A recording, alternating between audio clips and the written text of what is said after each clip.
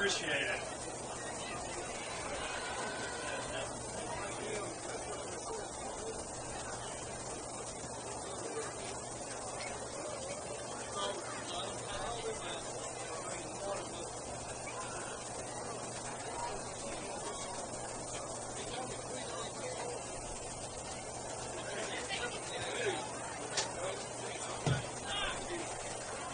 If I can have your attention, please. The AISA will not tolerate and or condone demonstrations of poor professionalism or sportsmanship, especially displays which lead to altercations and or forfeiture. The AISA Athletic Committee and the AISA State Board will take a very firm and rigid stand in matters of this concern and will levy harsh sanctions on those involved. Note, any person guilty of unsportsmanlike involvement with the players, coaches, officials, and or other fans before, during, or after any AISA interscholastic event may be fined $500, and the schools represented by the involved may be placed on a minimum of 1 year probation.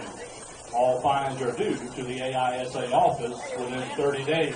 Schools are responsible for all fines levied. So let's have a good game tonight.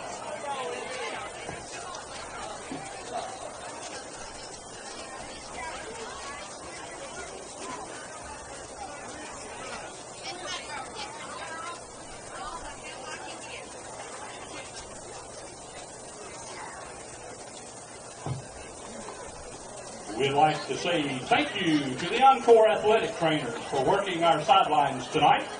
They are ready to respond to any injury that may occur. Encore is proud to be the official sports medicine team for the Pickens Academy Pirates and the Alabama High School Athletic Association. Encore Sports Medicine, more sports, more teams, more winners. Thank you, Encore.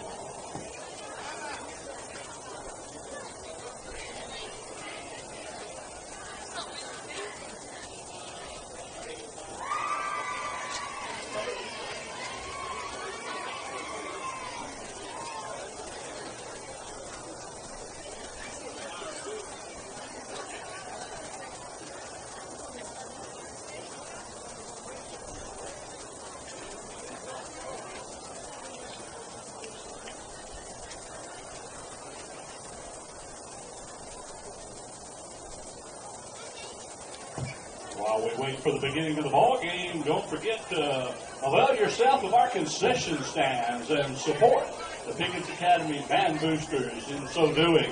A lot of great food, steak sandwiches, Chick-fil-A sandwiches, hamburgers, hot dogs, ice cold drinks, and many other things.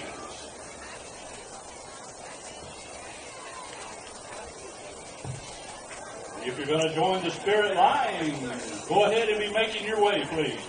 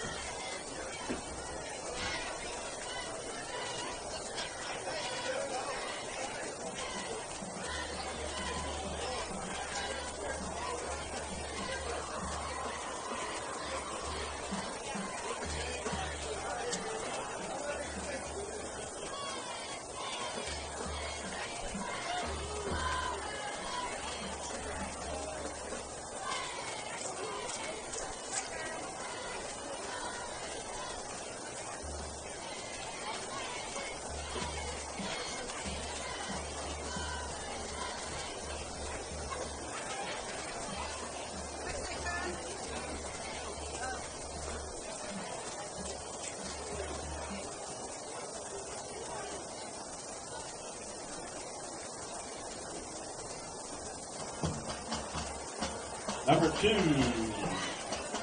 Kenoa Gamaback. Number 84, David Dobson. Number 6, Chris Brown. And number 70, Trey Lee. Here are the captains for Escambia. Number 15, Hamner Allen. And number 23, Grady McGlone, captains for the Pirates tonight.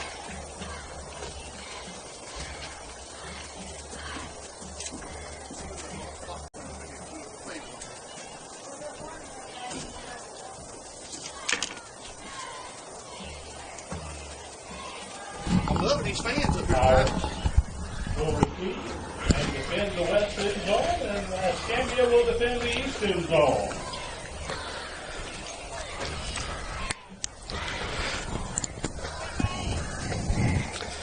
All right, test. 1, 2, 3. Hey, are you ready for some high school football?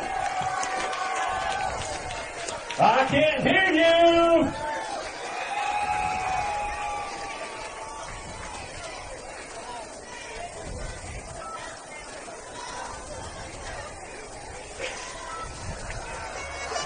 Here comes your Pirates. Ladies and gentlemen, Yes, I am very close to announcer. And he's very, very loud. Anthem, as well as a tribute tonight for the 9/11 by Mr. Ken Lucas, that they will give a 21-gun salute with that. We're going to have the invocation, the anthem, and the 21-gun salute in honor of 9/11 coming up this Sunday. Let's listen in. Heavenly Father, we come to you once again, so thankful to you that you've gotten us here again on a Friday night, Lord. We pray that our purpose here, as everywhere, will be to glorify you. Lord, we pray your protection over our children, over those that will participate, over each one that's here, over each teacher, each coach, each person that has any involvement whatsoever with this event. Lord, just watch over us and take care of us. And Lord, as we remember this weekend, the awful events of 15 years ago, Lord, we just ask that you would bless this country, that you would watch over our leaders, that you would guide us, Lord, in paths that would be pleasing to you. But Lord, with all the precautions we might take, we know that the only true protection is with thee. And Lord, now go with us through the night. Help us to serve you, and we pray your blessings upon each one here and each one that travels home. These things we ask in Jesus' name. Amen.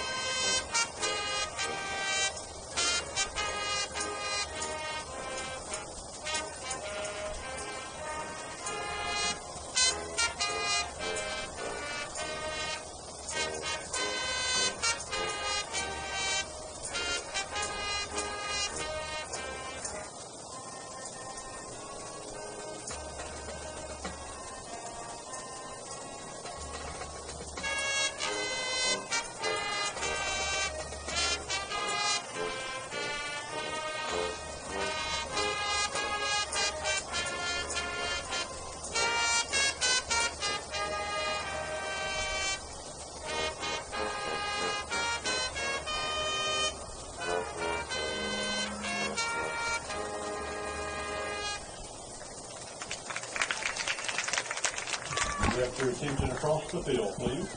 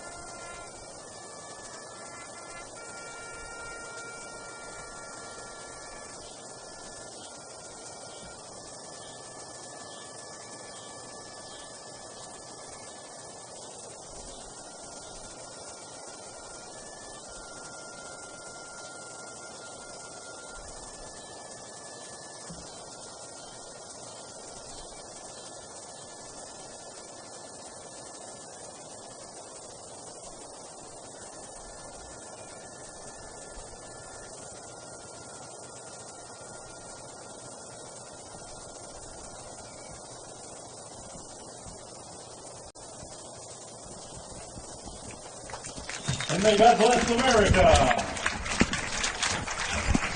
All right, very touching, very well done tribute to the 9/11 when we were so viciously attacked. Tonight's game in the game right field between the Escambia Cougars and the Pickens. The Cougars on the road in Carrollton, Alabama. Glad to have everybody checking in. Looks like we got somebody from Chicago already watching, and from Minnesota and Missouri. Welcome. Want to welcome everybody. Don't know about the sound quality. We're pretty close to a real loud speaker with a real loud man in there talking. But he's doing a great job. Everybody's been real nice up here in Carrollton. And the Cougars are on the road here. Carrollton, the Pickens Academy Pirates have 44 young men dressed out on the sideline. Here come the big cats out. No smoke on the road tonight. Somebody forgot to bring the smoke monster. But here we go. Cougars be wearing white pants, white shirt, red numerals with their red helmets. Cougars will be going from our right to our left. Pickens in their white pants, trimmed in blue stripes. And the old Houston Oilers powder puff blue jerseys with a white helmet and blue stripe. Cougars will be kicking off first, so Pickens will get the ball to go. They'll be going from our left to our right. They'll be going from the west to the east. And the Cougars will be defending the east end zone. If you've never been to Carrollton, it's a great drive. Leave early because it's a little drive up here, but a little bit of history for you. Carrollton is the home of the window in the face in the courthouse. Story goes somebody was going to be hanged for a crime he did not commit. As he was hiding in the courthouse, a bolt of lightning flashed forever, encasing his face in that mirror, in that pane of glass. It's been replaced, but he's always there to haunt and remind him he was an innocent man. So I've been by there today and looked at it, and you can still see something up there.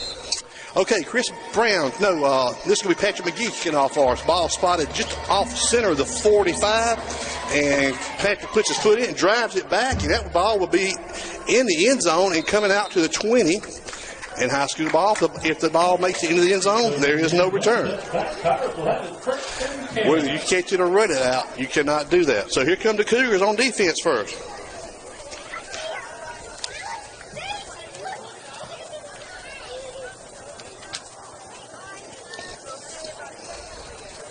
Everybody's been really nice here at Pickens. I had a good steak sandwich when we first got here. And the Cougars are going to go with their 3 down linemen. Trey Lee on the left side. Cameron over the nose guard. And on your right side, you're going to have Thomas Knight. They're going to run a pro set. You're going to have 2 split wide to the left, 1 to the right with an I backfield. Quarterback in the center. He looked to throw it over here in the flats, and just about he made the reception for about a 9-yard gain. I thought Fred was going to go over the top and catch it. They just did a hook in front of Fred, 9 yards, and spun around. Quarterback put it on where nobody could catch it but the receiver. So looking at 2nd and 1 from the 29. Didn't take much time to throw that one. So there was no pass rush on him at all. He came back, hit his back foot on his 3rd step and threw it. Now we're going to go 1 receiver right, 2 wingmen to the left, and give it just a straight ahead snap to the running back, number 2. And he picks up the first down for about 4 yards. Gets it out across the 30. And it's a Pirate first down. So the Pirates pick up a first down in 2 plays. I want to thank Tim Dewar for back at headquarters, Broadcast Central, keeping this thing running. Our technical specialty tonight is Adido Gourmet on site. And I blame Chastain just trying to hold the ends together. All right, we're going to go same formation. We're going to put 2 wing backs to the right, split wide right. Just a wildcat formation. They stepped it up back this time, and none of that. Nobody went with the back in the backfield. May have lost a yard. They probably going to give him back to the original line of scrimmage. A little trickeration there. Will Jones looks like a wide receiver / quarterback, number 2 running that position.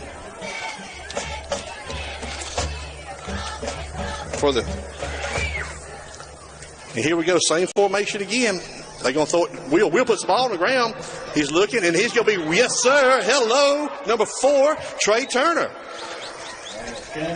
Louis just blew him up. He put the ball on the ground and looked up, and the first thing he saw was number 4 bearing down on him, and Louis put it on him. So that's a loss of 7 yards, looks like, and go bring up 13 and 7.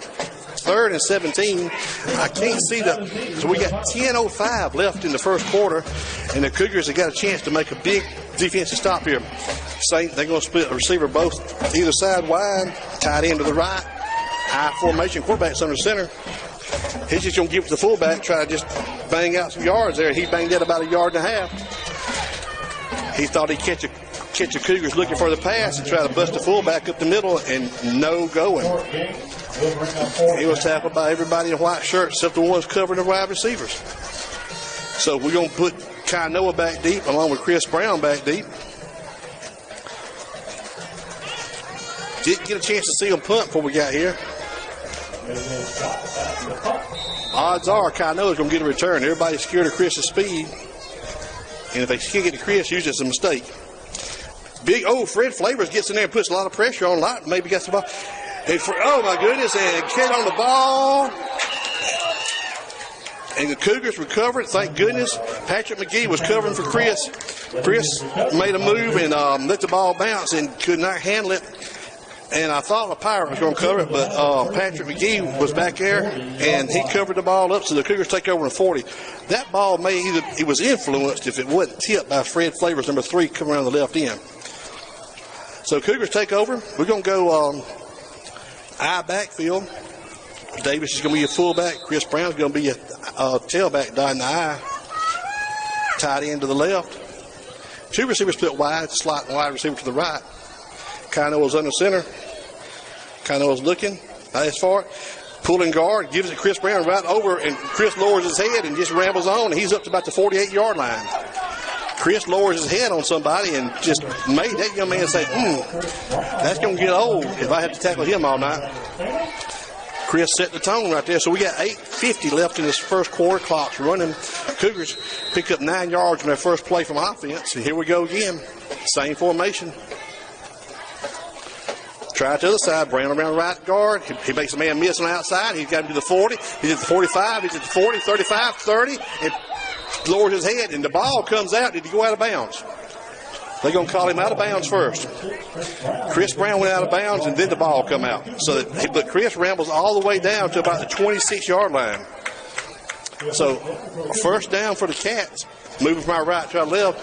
And that's the Chris Brown we've been waiting to see. That's his best 2 runs back-to-back he's had all year in the first 2 games. So we're going to go nobody in, nobody out. Campbell and Flavors wide to the right. Flavors going to be his slot man.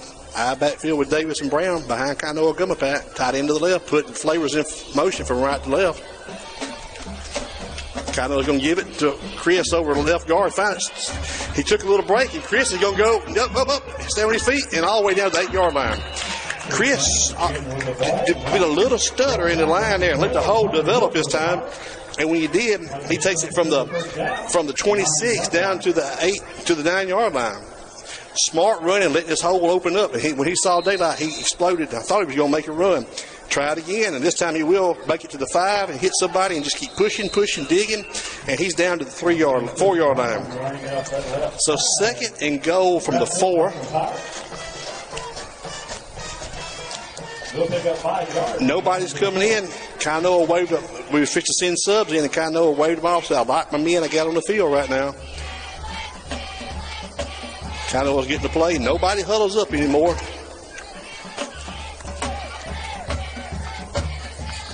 I do not see a play clock, so the clock is being kept on the field. Obviously, you see no play clock anywhere. Here we go. I formation again. Same formation. I don't think the receiver offsides look like on him. And Chris is back in the end zone. Yes, he will. Just scamper right around the corner. And touchdown, Chris Brown. I thought Pickens might have jumped offside. Chris said, I'll just give the head fake going inside. Then I'll just walk out here to the outside and not get hit. And Chris Brown scores. We call it the Chris Brown drive. He had 5 runs on that play, on that drive, and covered 60 yards and So here we go. The Cougars are up 6-0, awaiting the Gumma Pack extra point. Dahl will be holding the spot. Spot looks good, and the kick looks even better up in the oak trees. 7 points for the Cougars on the road. So at 7:17 left in the first quarter, the Cougars strike first after holding the Pirates to their first drive and forcing a punt. So Cougars on the road up 7-0 with 7:17 left in the first quarter. So here we go. That was all set up by a great kickoff in the end zone, so there was no return. You all appreciate it. Thank you, all first responders.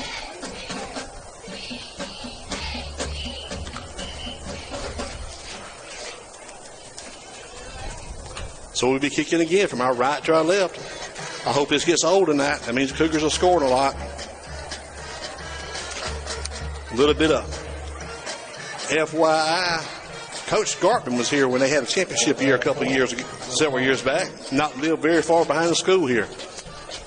So he came out throwing a rabbit in a briar patch. He knows this field very well. Knows the crowns and knows the dips. Grass looks a little thick, maybe trying to slow down some of our speed. When you can't see the boys' shoelaces, that means they're sinking pretty low in the grass. Turner will be kicking. He's setting the ball on the 40, but not right in the middle of the crown, a little to the right of the crown, a little north of it.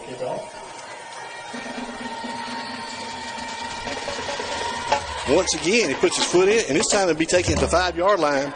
Like we're setting something up, a wall on this side. It's a throwback. I thought we were setting something over here. 17 takes the ball. He don't want none of it. He just get rammed. Ball's over. Cougars take over. Trickeration did not work. I saw number 17 when the ball was kicked to the other side.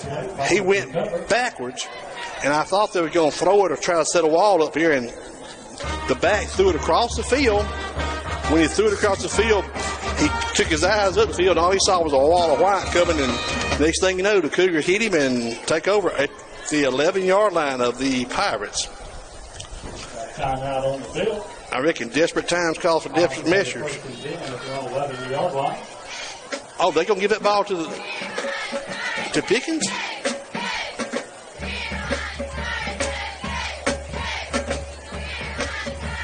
I reckon they are. I could have swore the Cougars recovered that ball. The SGA would like to thank everyone for their help in collecting items for the Louisiana flood relief victims. These items were delivered by Mr. Chad Britt, Mr. Mark Dillon, Mr. Barrett Nolan, and Coach White this week to our Peace Academy friends in the St. Lamont area. The SGA would also like to thank Mr. Timmy Gates for letting us use his enclosed trailer to get the items. Well, folks, shame on me. I could have swore the Cougars got that ball, but somehow they're going to give it to the Pickens. Let me check on something.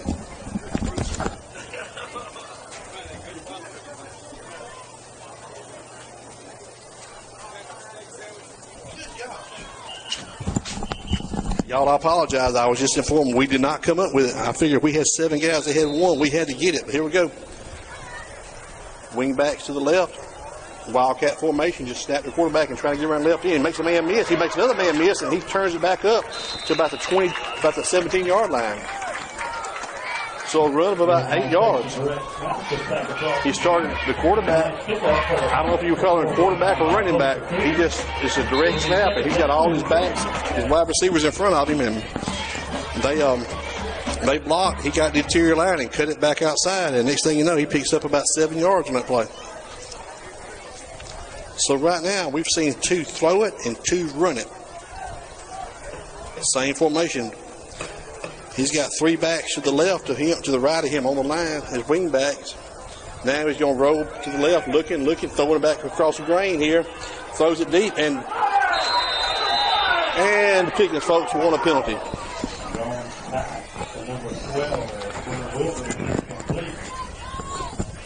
Patrick McGee broke that one up. He might have got there a tad early, and coaches are lobbying for it. So are the fans.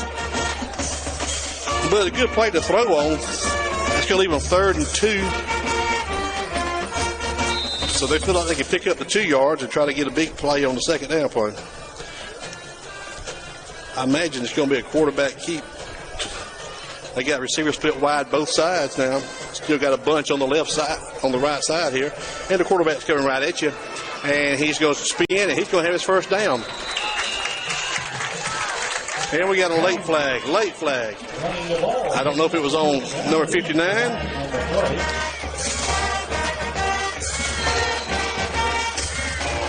But see what the white hat says. Looks like we got a little unsportsmanlike conduct. And they is somebody's, I think that's Lynham out there. He's catching an earful from somebody. Personal foul. Personal foul going. That's 15, the easy way for them. Pirates have his first and 10. They're on the 38-yard line.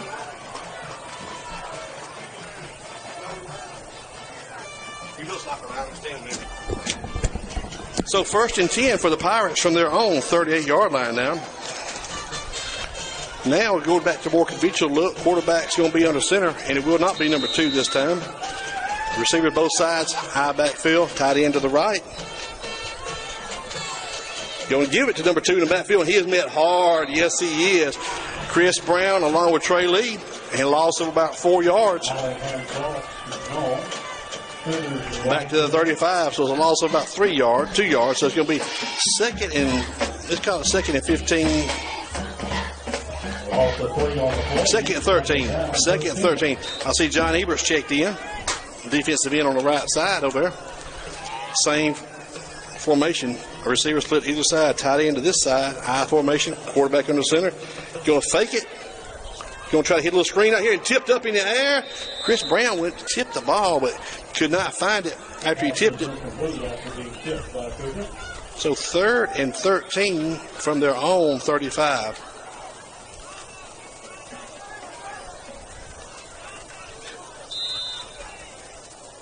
They were trying to throw a little screen pass over here, and Chris read it and tipped it up, and I think Fred Flavors was trying to get to it on a deflection.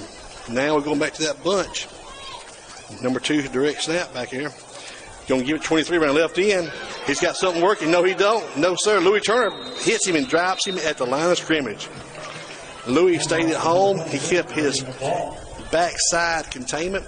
It was an inside handoff reverse, and Louis did, like the coach says, he just stayed at home. No gain. So, 4th and 13 for the Pirates from their own 35, and they'll be kicking again to Chris and Kainoa. Last time Chris mishandled us, trying to get it to running on the bounce. Let's see what we got this time. Good snap, kind of high. Not that great a punt. Going to be out of bounds. Oh, and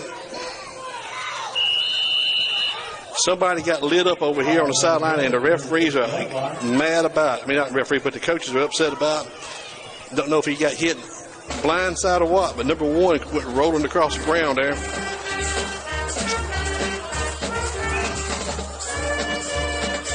So Cougars take over about the same place they took off a while ago, but we're going to be on the 36 this time. You're going to go Turner and Davis in the backfield. Davis will be your fullback. Louis is going to be your tailback. JoJo Carpenter is going to play your tight end this time. JoJo's your other fullback at times. Going to have Campbell and Flavor split wide to the right, and Flavors will be in your slot on the right. Nobody to the left. Tight ends to the left. High backfield. All we did was change tailbacks. Give it to Louis over right at the end. Louis got a man miss. He's got up to about 3 yards. Louis just pressing on him. He just keeps leaning forward. Falls for about 6-yard gain. So Louis takes it up for about a 6-yard gain, making it 2nd and 4. Louis just keeps leaning on him. He just keeps leaning and pushing and just falling forward. Most all your good backs always fall forward when they go down. So it'll be 4:12 left in the first quarter. 2nd and 4 for the Cougars, putting the man in motion. Flavors from right to left. breaking it down. Quick toss around the left end. Lewis trying to find some. He cuts it back. He got his first down. Ball's on the ground. Ball's up in the air. And one of the Pirates catch it on the bounce. Louis had his first down. Somebody put the hat on the ball, and it come out there like a hot potato, and it bounced around like a pinball and actually hit one of their players. He had no idea what happened. Next thing you know, he's got a ball, and he's got people jumping on him. But he takes over. So the Pirates take over on the Cougar 48 after a first down run by Turner with a just mishandle of the ball. So here we go. Deepest penetration for the offense of the Pirates tonight, set up by a fumble. So we got 1st and 10. They're going to do the bunch formation to the left this time. Quarterback number 2 is taking, looking, going to try to fake everybody out like a pass. He's still looking, trying to get around, and he will be driven down hard for the backside by JoJo Carpenter. He might have lost a yard on that play. I think he did, back to the 49. So Joe Carpenter running back, run him down from the backside there. He was actually, Joe is playing the right defensive end where the ball started towards, or when that guy reversed his field, Joe was in his pocket and he cut him off at the 49. Bunch formation to the right this time with a receiver split wide right, tight end to the left. Quarterback's dropping back, looking, waiting on somebody. Got the rush on, trying to keep containment here, and going to be driven out of bounds, and he gets back to the 50. So, and then we got a late flag. Look, the White Hat throws a late flag. And number 2 took a hit that time now. He may be a little dazed and confused, in the words of Led Zeppelin. He's going to come out and shake the cobwebs out. He took one to the head right there as he spun around backwards. So we got, he lost a yard after all that running. He got back to the 50s without the penalty to make it 3rd and 12. Let's see what the White Hat's going to call on the penalty here. They maybe called him a late hit as he was going out of bounds, but he was really in bounds. I don't know what, because the White Hat threw the flag from almost the other side of the field. He saw something he didn't like. And we got a flag on the sideline right here too. I see that now. Right here in front of number 22, there's a flag too. Don't know which one was first. Let's see what the White Hat's gonna call. Oh, he's gonna talk. It must be against the Pirates. Block in the back, what they're looking at.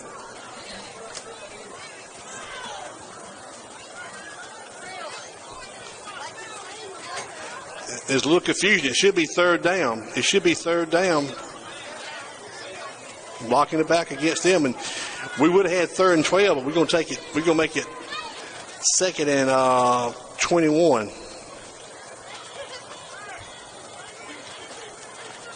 Make it 2nd and 21 with 3:01 left in the first quarter. Cougars on the road up by 7-0 right now. The Pirates took over at the Cougar 48 after recovering a fumble, and they've snapped the ball 3 times, and they've gone backwards. So they're back to their 40. So here come the Pirates, 2nd and 21 from their own 40.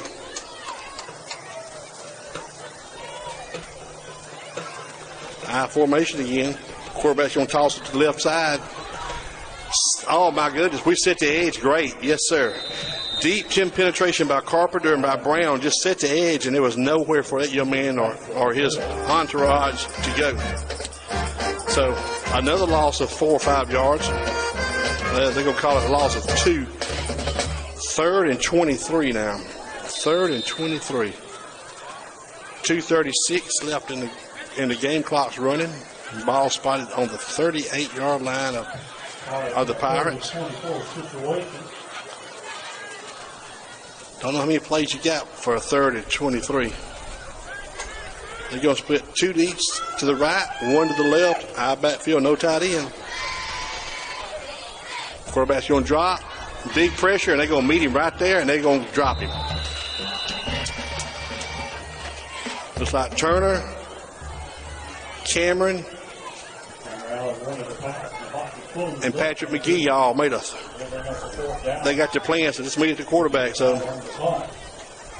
4th and 23, he scrambled back to the line of scrimmage. I just got a feeling we're going to break a punt here as soon as we get one clean. We got a little field to work with again.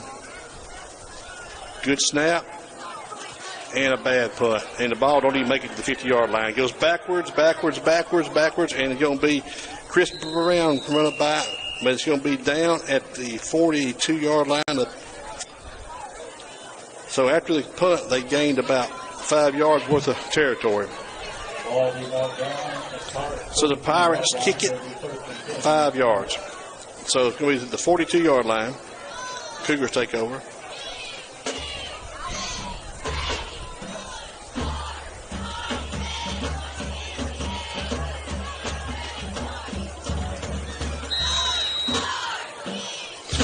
So here come the Cougars again. We're gonna change formation a little bit. Go shotgun with a back to either side.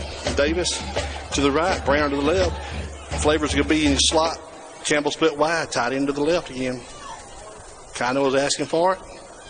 Good snap. Give it to Brown around right in. He follows. He pushes stiff arm. He's still up. He's at the 40. He's at the 30, 25, 20, 10, 5. Touchdown, dives in from the 5. So Chris Brown takes the ball in from the 42-yard line. He finally he figured it out. Let his blockers make the hole, then just explode through there. So Chris Brown goes for 42 in one play around right in, put his hand on his fullback's back and let him make a hole that he just found his crease in, and it was off to the races. So 6 more for the Cougars. One play drive. And Kino Pat's going to kick. Jabe Dahl's going to spot this. And these fans in front of me are very frustrated right now. Looks like we got offsides. We got a kick, and we're going to let it go through, I hope. Kick was good. Offsides against Pickens. Offsides against Pickens. They got to move it 1.5 feet, and we're going to do it again.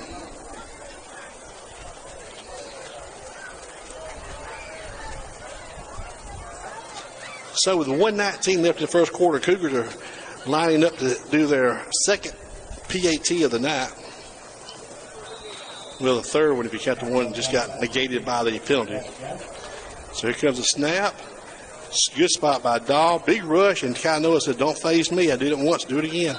So here we go. Because the Cougars were up 14-0 with 1:19 left in the first quarter. 1:19 left in the first quarter. The Cougars are up on the road. Fellowship of Christian Athletes is in full swing. We recently elected officers, President Rayanne Estes, Vice President Jeff White, and Secretary Abigail Coffin. FCA meets Friday during football season at 7 a.m. All athletes and band members 6 through 12th grades are invited to attend. Cost is $3 per student. Okay, so Coach Fountain's talking to his guys, saying, "Let's don't get complacent now. We still got a lot of ball here." But you got a lot where the Cougars playing defense, the way they're playing offense tonight. Had a tough game last week against the Northview Chiefs. So the battle on the line. Great crowd by the Cougars and great crowd by Northview. I mean, it was a huge crowd. I just hope we can get some of that gate the same way next year. Probably the biggest game Northview's ever had, they said. So Patrick will be kicking off for us.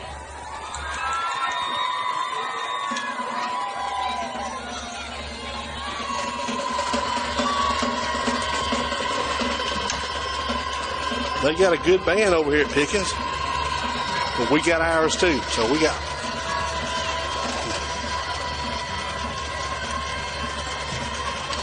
So here comes the kickoff from our right to our left.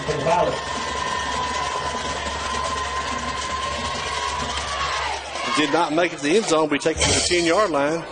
No trickery this time. This is get up the field, he says, and he cuts it back, finds a little crease, and he's going to get up to about the 24-yard line. So the Pirates take over the own 24.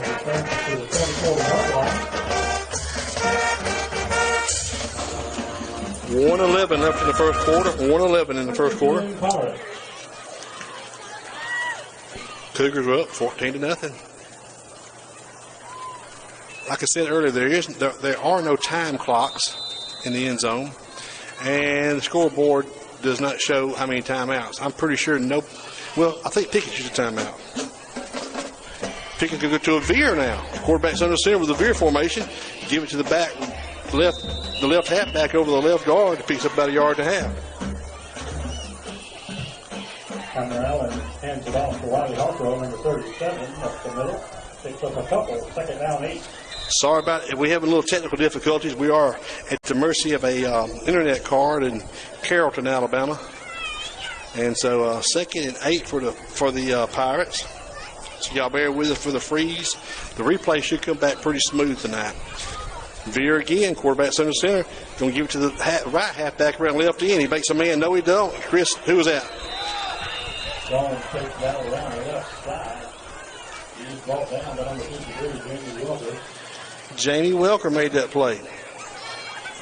Just would not. He held it outside edge, and he from his outside linebacker position came up, set the edge, and wouldn't let the man around him. So a loss of 2, make it 3rd and 10 again for the Pirates.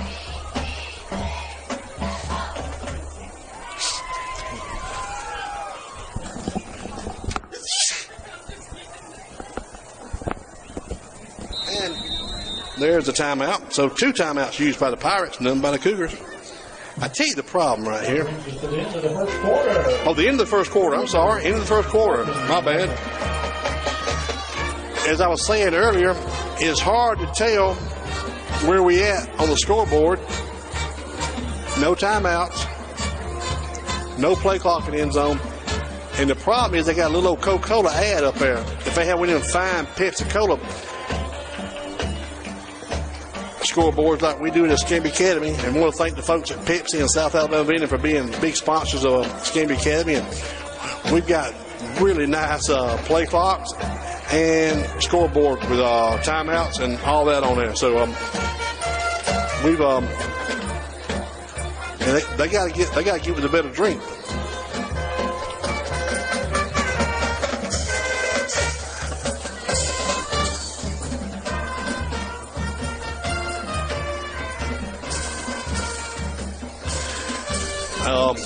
At halftime, we're going to try to make some fine adjustments long distance here, and we're going to try to get the camera a little smoother. I apologize. When we started out, we thought we had it dialed in, but we must have missed a click.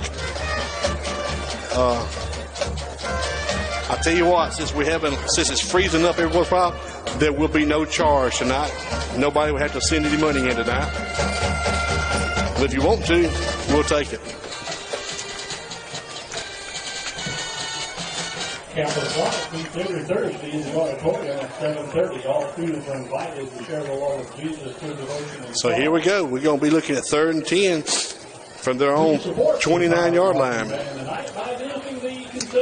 Cougars will be defending the west end zone this time, and the Pirates will be going from our right to our left. T-shirts and other items starting at $2.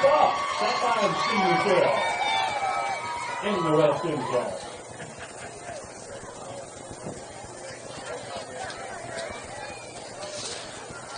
So we got 2 huddles. We got a referee huddle, and we got a Pickens Pirate huddle. And the Cougars are waiting for both on the break.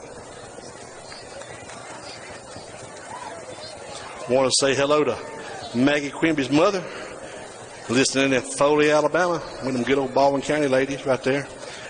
I don't know if y'all know this, but she was, if I'm not mistaken, JJ, you were Miss Foley back in your high school years, I believe. Just a couple years ago. She's a wonderful lady, great family. Toby and Maggie both are. And I actually got a question for you, JJ, later on during the ball game. Maggie wants me to ask you something over there. Here we go. Bunch to the right. Quarterback's going to give it. Going to roll to the right, trying to buy some time like it could be a screen, but going to be none of that. None of that. Joe Carpenter says, I'll stop this screen before we get started. He was trying to set up a screen over here to the left, and Joe Carpenter got to him and said, we'll just stop this right where it's at. So it's going to be 4th and 20. Ball's back to the 10-yard line. No, they're going to give him to the 15. It'll still be 4th and 20. I'm sorry. They can pick up a first down, but they got to go all the way to Aliceville to get it. If y'all haven't been to Aliceville, it's got more catfish ponds than Greensboro. Decent punt this time. Kainoa's going to take it at the 44, trying to make a man miss. He's up the field. He's up to the 30. Kainoa's still working. Kainoa's got to escort all the way to the house if he can everybody stay up. And out of bounds at the 1 yard line. I was looking for flags. So Kainoa returns the punt from the 44 down to the 1 yard line before he could not get inside the pylon.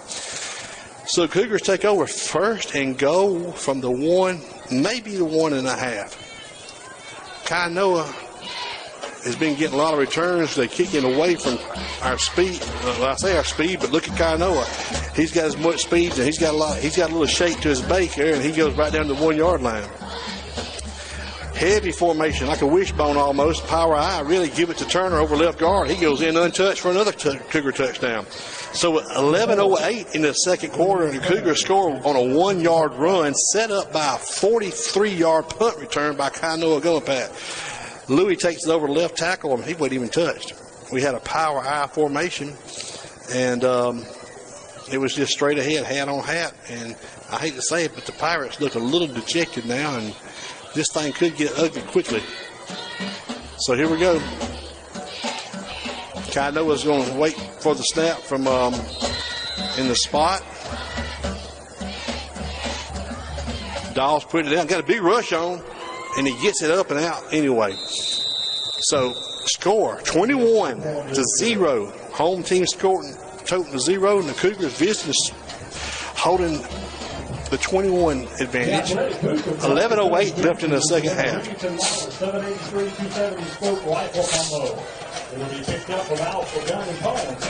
Let's see how good this camera is. You might see some of your friends and family over there.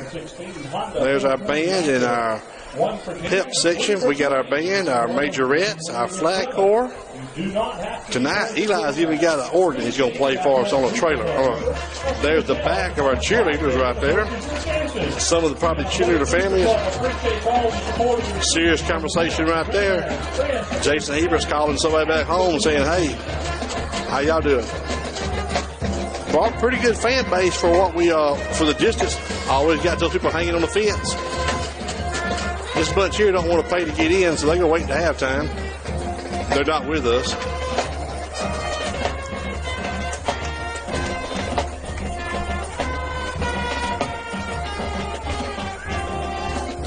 So Cougars will be kicking again. This time, Pat's going to set the ball right on the hash, the middle of the field. Some of the best deepest kicks we had all night. See some new jerseys coming in here on kick coverage. Bryant Quimby, number 28's in on kickoff coverage here. Let's see what will Bryant get there to get done. Speaking of JJ a while ago, the ball's taken at the 15. Working to the left side over here. Got a little wall, got a big wall, spinning around, dragging players all the way up to the 30, to the 45. Did not see who made that tackle.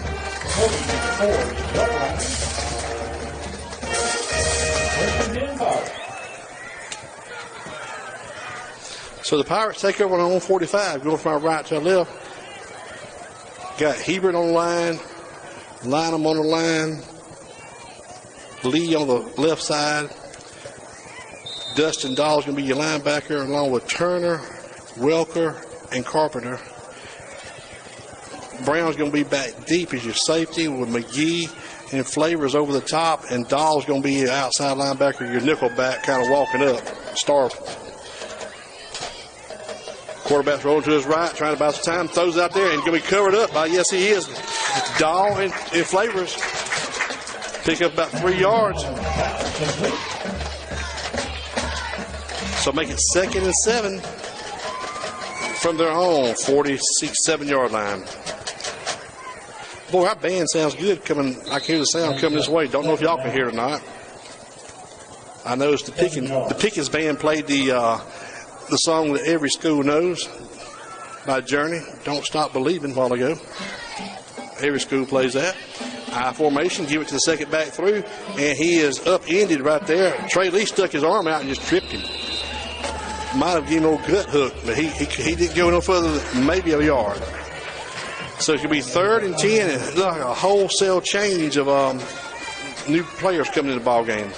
I see Campbell coming in. I see Dahl coming in. The Dahl's already there. Cameron Armatur's coming in. Oh, no, the Cougars, it was a fumble. Hey, my bad, folks. I missed it. I knew Trey Lee stuck that big paw out there and hit. But the Cougars take over. At the Pirates 48, Jabe Dahl's going to run quarterback for us now. McGee's going to be a tailback. Davis will be a fullback. Flavors don't know where he wants to go. Should it be a slot man this time or should it be a wide receiver? I'm going to go over here and play wide receiver. No idea how many play clock ticks we got left. Dahl's under center. Gives it to McGee over left guard, right guard, and he is met. He breaks away, trying to set the edge. He's reversing field, stumbles, still up, fighting, just leaning, and McGee goes out for about a 7-yard gain. He was stopped dead to right, and we got a block in the back or a hold against the Cougars. But you're talking about a heck of a play.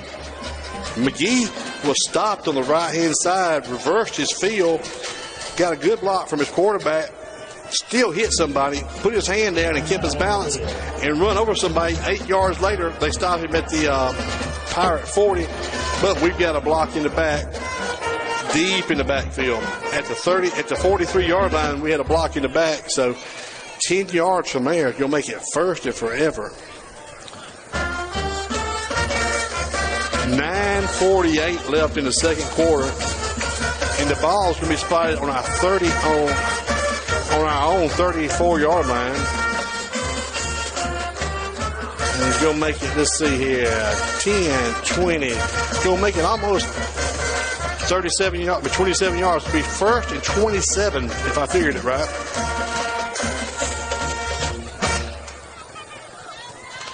Somewhere close to a first and 27.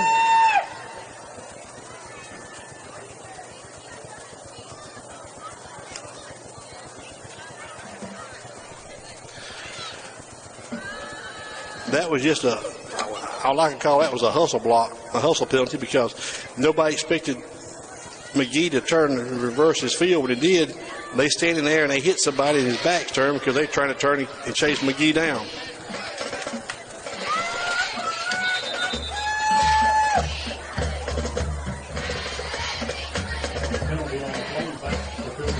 So the Cougars will be looking at the first down, but they got a long ways to go. They're going to go shotgun with the back either side. Dahl's asking for it. He's dropping back. He's looking. Going to air it out over here. Right against the edge. Was it Bradley Campbell? Yes, it was. Bradley fights close to the original line of scrimmage. Maybe picked up a yard past the original line. A great pass, a great catch by Campbell. Campbell's really showed up in key situations this year. Just put the ball up there. He's tall, he's long and lean, and he'll just go up and get it. But Jay put that one where anybody could. I mean, he made a perfect catch, perfect pitch, and perfect catch. So 2nd and 9, boy, we got back a lot of that yardage right there. 2nd and 9 now. Ball's on the Pirate 48. High backfield back again. Give it to McGee. McGee fumbles the ball a little bit in the backfield. Never really had control of the ball and couldn't get his feet working. And so, no gain. 3rd and 9.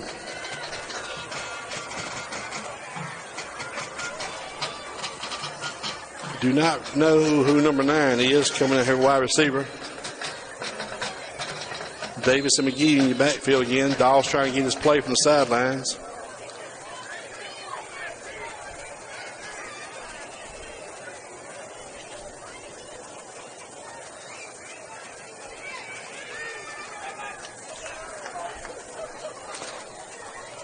Dahl's faking it, looking deep, a little pressure, throws it right over the middle, and nobody was home. Tried to throw it to number 9, but could not connect to him, and Campbell was back a little deeper, and it fell right between the two receivers. So it's going to be 4th and 9 from the Pirate 48 or 47. Are we going to punt it out of here? Or are we going to try to go for it? 8:39 left in the second quarter. Oh, we got another flag against the Cougars. Holding against the Cougars. My bad. And they're going to take it. They're going to back us up. If we back us up, that's going to make it third, and once again, a long ways. 10, 20, back to about third and 25. Do we have another pass for that? So the ball spotted right at our own 35 again. We got to get it to their 37 to get a first down.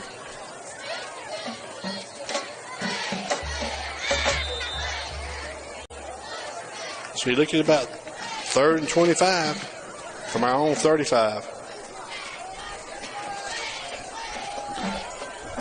Dawes getting his play. Flavors to one side. Campbell wide left to the top side. I backfield with Davis and McGee. Dawes under center. Dawes going to lean back. Roll to the right.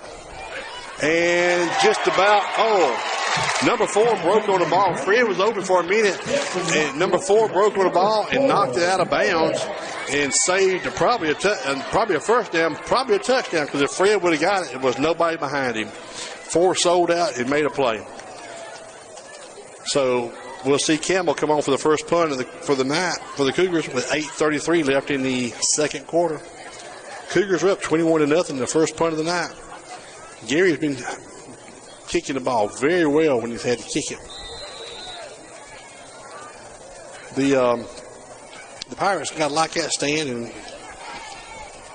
maybe get a little life in them now here. Waiting on a snap, Campbell is. He's on his 20, little low snap. But a great kick out of here. Ball's going to actually bounce about the 35 and be down. Oh!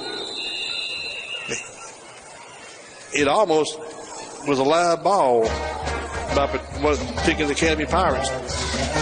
So they take over on their own 37-yard line. First and 10 Pirates.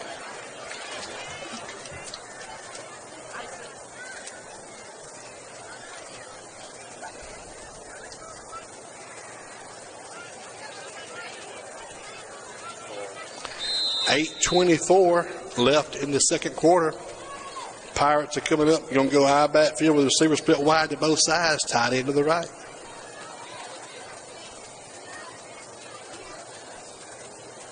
You want to fake it? He's dropping deep, trying to find a screen play over here. And that ball could have been belonged to Louis, or it could belong to number 33, because both of them had their hands on it. So incomplete pass, and we got a flag down on the play. They've tried to set that screen up 2 or 3 times tonight, and that time Louis just about caught it. Looks like it's against. Let's see what we got here.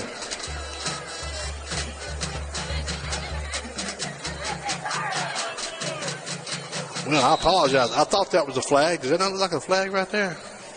But I reckon it's not. It's a piece of tape, I reckon. So 2nd and 10. Same form. No, we're going to go wide receivers to the left. They go bunch it to the left and to the right now. Wildcat formation, just go snap and go. Number 2 finds a little seam. He runs standing up tall, and he picks up about 7 yards. Number 2 takes a red snap.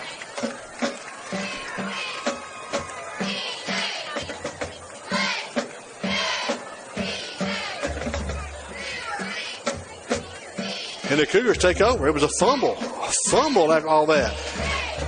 I think Chris Brown come out of that pile. And so the Cougars take over 1st and 10 at the 44-yard line of the Pirates. I saw Chris with that ball come out of there, but I thought he picked it up after the play. But their back ran standing up tall, and I reckon somebody just stripped him. You got a late entry here on a right side over here. I see Pate Robinson going to be your right guard. Looks like Nolan Lanning is going to be your right tackle. Trey Lee's going to be your left, and can't see who the other one is. Dog gives it to Brown around left, right in. He makes a man dive in and out. He's up to the 40, 35, and he's down to the 32-yard line. We got a late flag. I think we got a hold. Then we got a hold of the 35. Chris Brown takes the ball down to the 28, but it's going to come back, I'm afraid. The Pirate fans, they saw the whole call, and the back judge threw it. Not the back judge, but the judge on the defensive side deep threw it. So back it's up 10. Going to do it again. First and 12, though. First and 12 because the penalty is marked from the spot of the foul. We're going to have twins. We're going to have a receiver to the right with a slot man to the right. One, Gary Campbell's by himself way over. Now he's going to ease back towards the ball. Dawes in pistol. I mean, a shotgun with the back to the side. Davis and Brown. Dawes dropping, looking, trying to air it out over here. Oh, just out of the reach of Campbell. Campbell was trying to keep his feet in bounds. Just tried to one-hand it. So 2nd and 13 from the Pirate 47 again. Or 46, I'm sorry. Comes Turner in.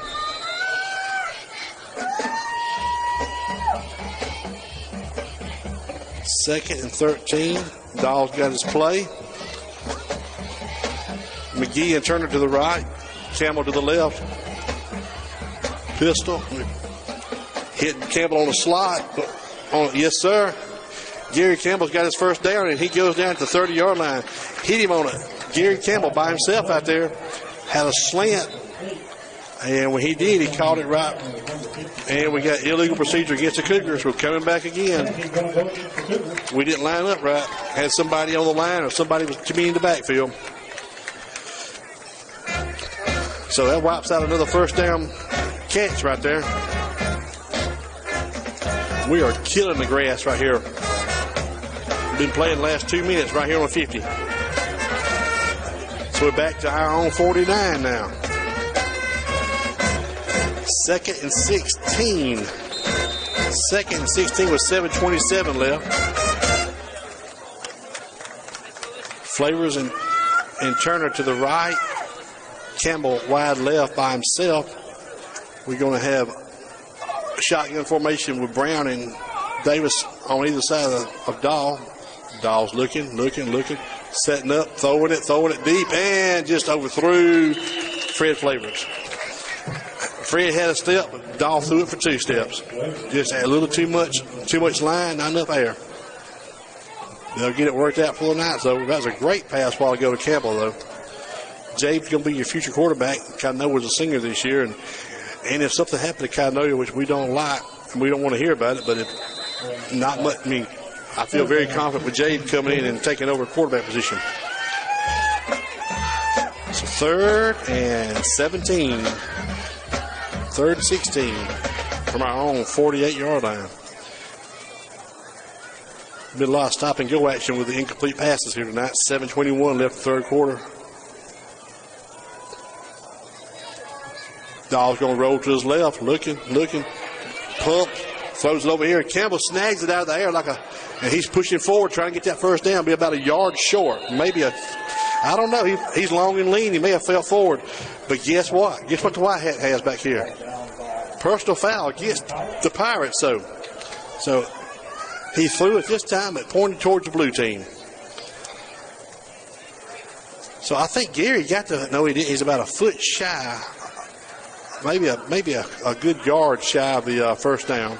But he really worked hard to try to get there. Great catch. Caught the ball in the air. Great delivery by Dahl. Jay just put it on there like a frozen rope over to him, and he nailed it. So after the play, it was after the penalty, after the play penalty, a 15-yarder. The Pirates probably saying, look, these Cougars don't need any help, and we just gave them 15 more yards on a 4th down play. 1st and 10. Wait a minute. Let's get everything straight here. 1st and 10 from the 20-yard line, from 21.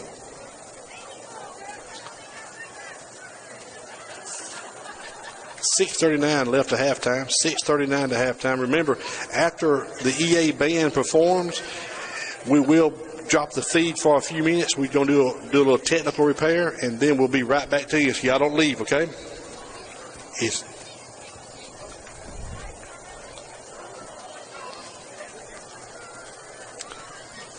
I don't know what they're discussing out there. And here comes another guy. He said, look, if y'all are dividing up, who's going to buy lunch after this is over? I want to get in on it.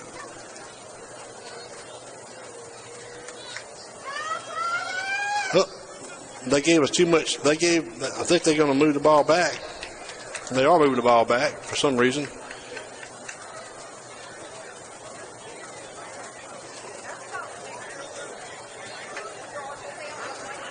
This is going to take some explaining right here.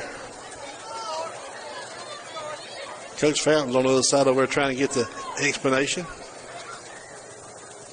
We were about a yard short of the first down on the catch from Campbell, and the play was a personal foul against the Pirates. I thought they added the 15 to the end of the play.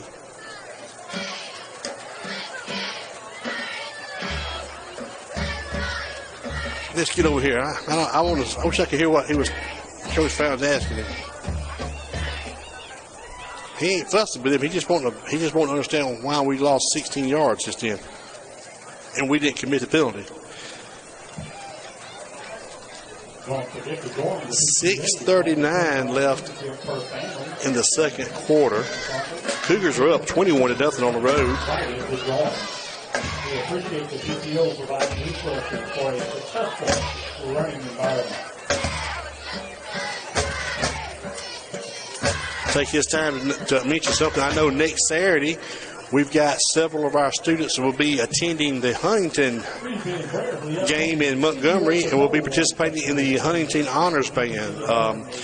I know we've got Abby Smith and Fallon Chastain will be majorettes there. I think Courtney Ware will be working in maybe in the flag corps, and several more of the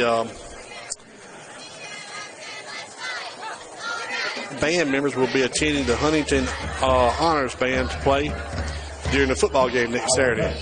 Coach Fountain still trying to get an explanation. He's got the explanation now. The referees are trying to get together what they decided. Tell you what, if you've never been a referee, it's a challenging job. So remember, 100% of the time, 50% of people think you're wrong.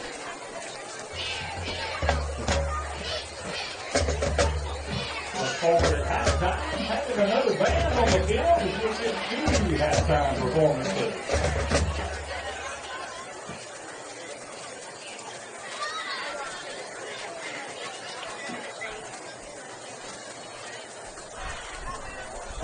I don't know what it is. She just saw you come and said, "What's going on?" I said, "I don't know.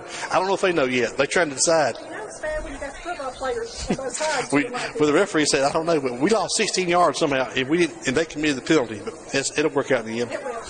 It'll work out." Sheila.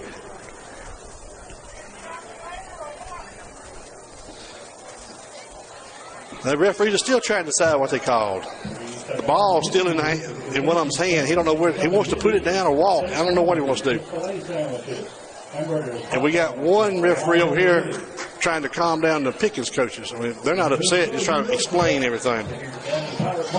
White hat still pointing. He says, "I know we're going this way, okay? Put the ball down and let's play ball." At this point, we'll give up the 16 yards just to snap it. It's only a 4-hour trip to get down here. 1st and 10 for the Cougars on the 37-yard line. All that said and done, we're about where we started, about where Gary ended up catching the ball a while ago. So we're going to go Campbell to the right. No, we're not. I'm sorry. We got one to the left, two to the right with a slot receiver to the right. Reverse. Fred Flavors made a man miss. He's turned up the edge. He's spinning, and he picks up about 5-6 yards. Inside handoff to Fred Flavors on a reverse. And one of these days down here, he about had an aneurysm hollering reverse. I don't know if y'all can hear me or not. He saw it, and Fred picks up about 4 yards. Jackson Bonner, maybe? Can't be. Too skinny. Is it that Shelt kid? We're trying to locate the name of number 9 here, so if somebody knows, text it to me because I don't have him on the roster. So here we go. Same formation. Going to give it to Turner around left end. He makes a man miss, puts his foot in dirt, and turns it upfield. I like old Louis now. When he's going, he's just going to put his foot down and just lean on you. And he falls forward for about 8 yards. They're going to make it, about a foot shy. So they're going to call it 3rd and a foot. Dahl's going in the center. Probably a quarterback sneak here, I think. Nope. Give it to Turner again over left guard. He got his first down. He makes man miss. He's still fighting, pushing forward, and there you go. Just high steps out of a arm tackle. Touchdown, Turner. from the 26-yard line out. 26 yards out. Louis just, like I say, he just commits. He sees a gap and just goes and just high stepped out of him. Jace Daniels is number 9. I apologize. We got a name and a number for number 9. But yeah, Louis made a great run, and they had him a little arm tackle, and he just high stepped out of it, snatched his legs out of the hand, and 26 yards later, he's standing in the end zone. So Cougars strike again after all that debate to where to spot the ball. Louis said, it don't matter, just put it on the field, let's snap it, we'll go. We got to find a kicker.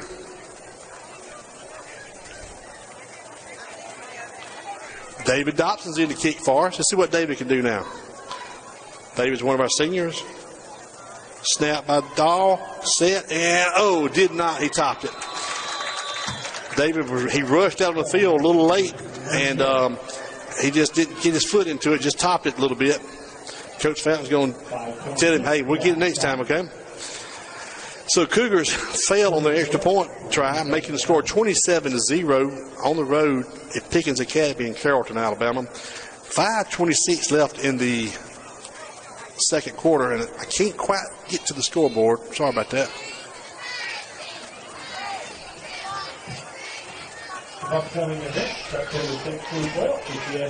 So Cougars be kicking off again from our left to our right.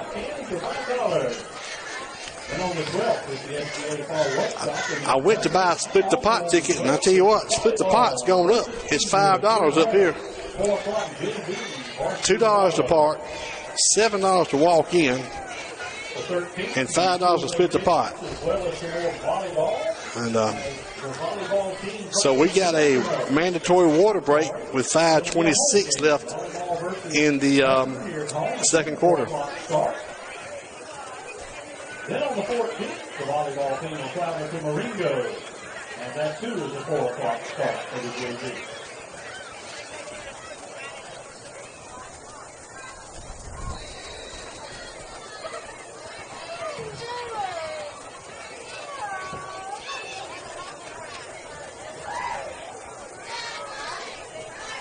A reminder and heads up to the juniors, you're responsible for cleanup after the game tonight. Juniors.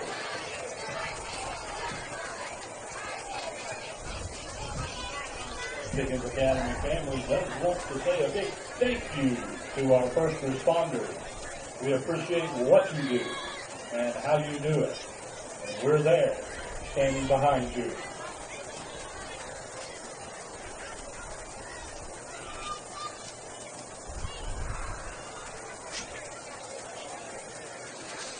So we get a little mandatory water break here. 5:26 left in the second quarter. Cougars are on the road, up 27-0. The only stumble we've had, we missed the extra point attempt, point after attempt right there. We can make it up with a go on for 2, or we just keep playing forward. You start chasing them points, sometimes they get you, but right now the Cougars are in full command of this game. And the Patricia side, listen to me. The Pickens side is they just want to get through it right now. They're dead. No life at all. Waiting on the band. Maybe the band in the halftime show will fire them up a little bit. So Turner will be kicking again from our left to our right. No, I'm sorry, Patrick McGee. I'm sorry.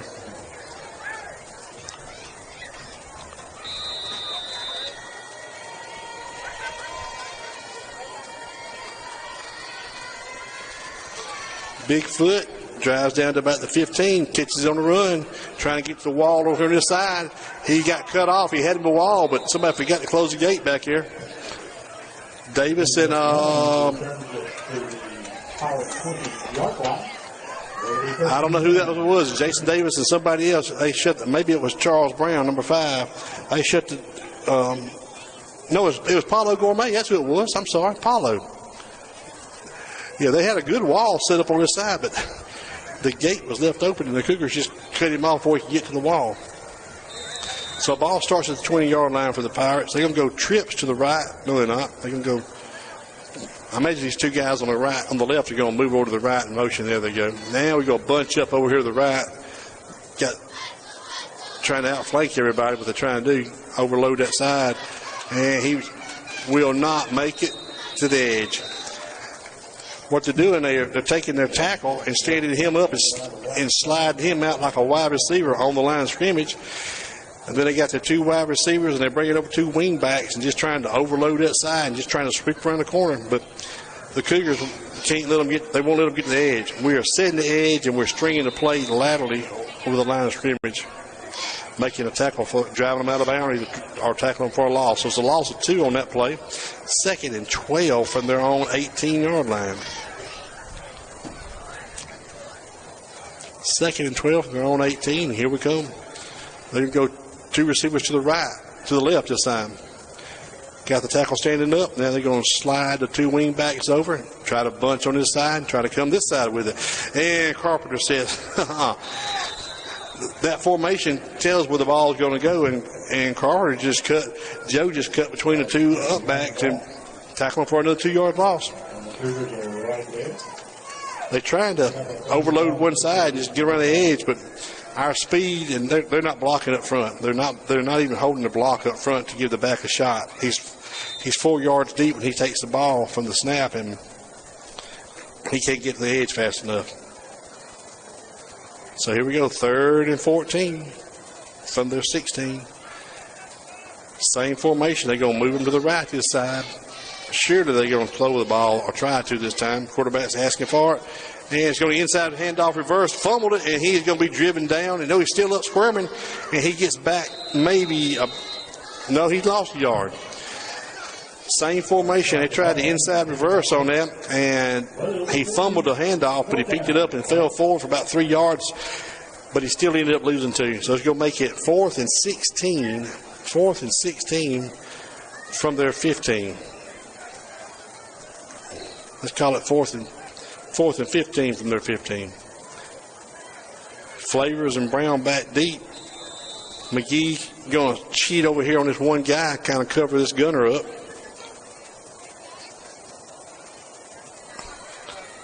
Waiting on a punt. Hadn't had a real good punch tonight.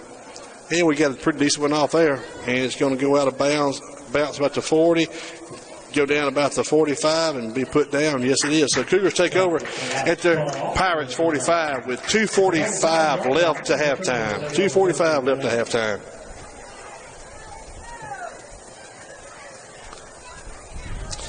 Can the Cougars put on another point? Looks like we got some new jerseys in there coming in to run the offensive line. Davis will be your fullback. Brown's going to be your tailback. Dawes your quarterback. McGee's going to be a wide receiver along with Flavors to this side. Campbell to the top side.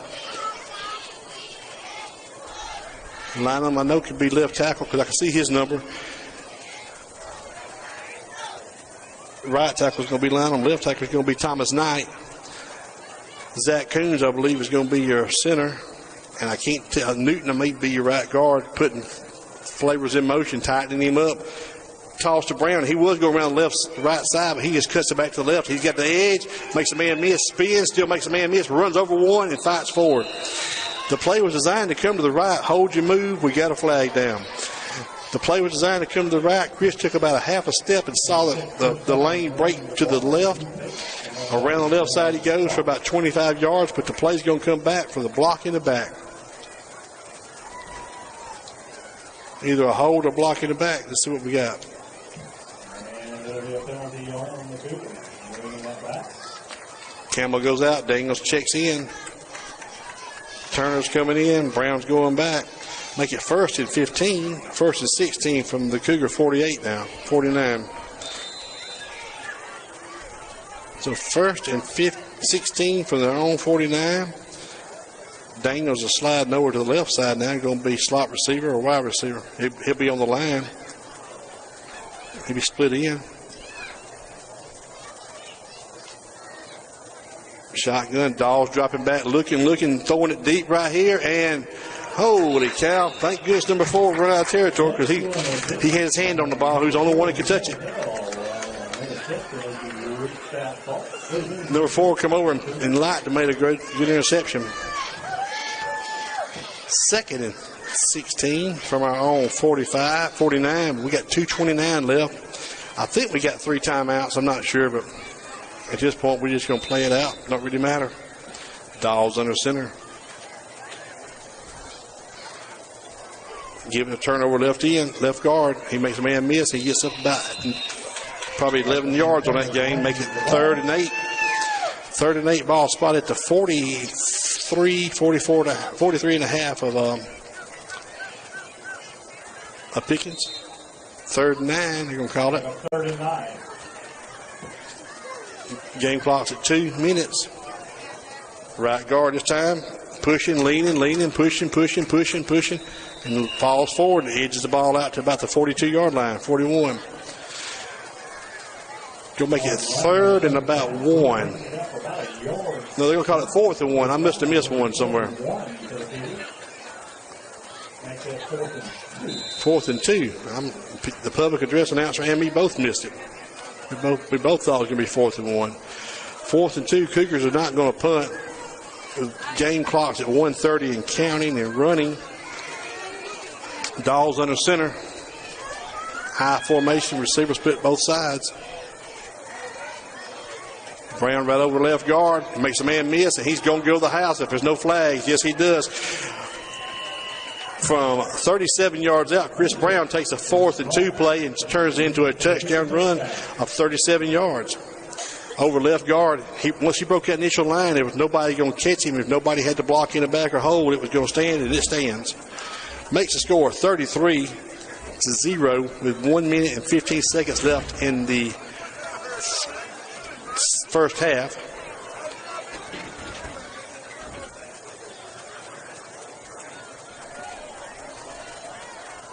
Looks like we're going to have Dustin Dahl going to try an extra point this time.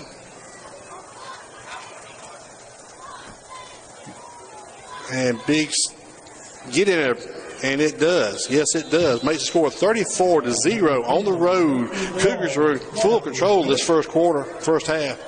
1:15 left. 1:15 left to the halftime entertainment. Like I said, hey, Coach Thompson, once we get the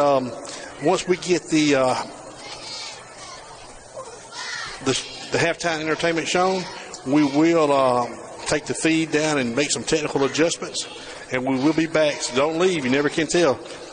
You might miss something very exciting, or I might say something that everybody will be talking about tomorrow, and you'll be out of the loop. So hang with us or come back and check on us.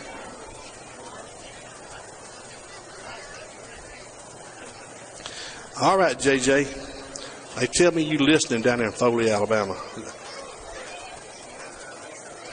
Let me see, where am I looking for? I'm looking for somebody that said he may know you or be kin to you, JJ, and I can't find them. I don't know if they're from Pickens or here, but they was on that side talking to me a while ago. And John Brown, where'd that young man go? My camera don't zoom that good anyway, so. Anyway, Maggie knows who I'm talking about, JJ. So you be sure to ask her who it is. Kick it from our left to our right. Here we go. Going to pooch it down there about the 20. He's trying to get this side. He's got this side this time. Oh, no, he does not. Joe Carpenter, he had him a whole lane over here. He had one guy to beat, and Joe Carpenter shut the gate on him. I thought he had the edge. It had a little alley over here, but they're on the 29-yard line.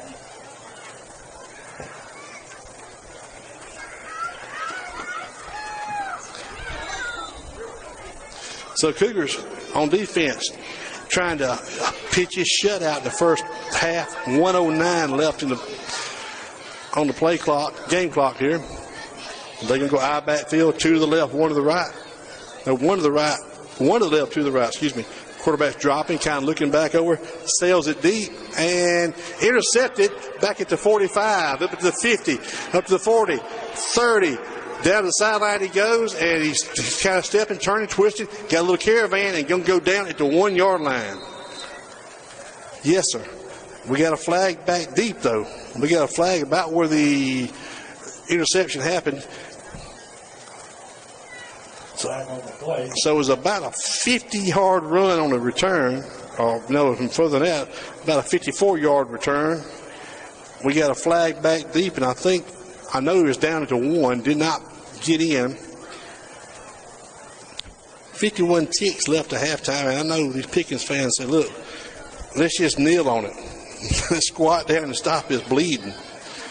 But no points on the board for the Cougars. They're all walking back, so we must have had I don't know if it was a block in the back or if it was I don't think it was interference because he caught the ball by himself. Nobody was around him. So the Cougars take over 1st and 10 from wherever they end up marking it off at.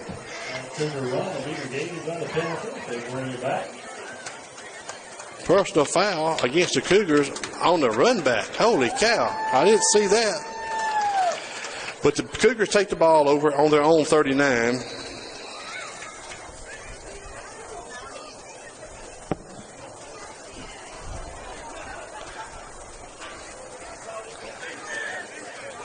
So we are looking at 51 seconds left at halftime, and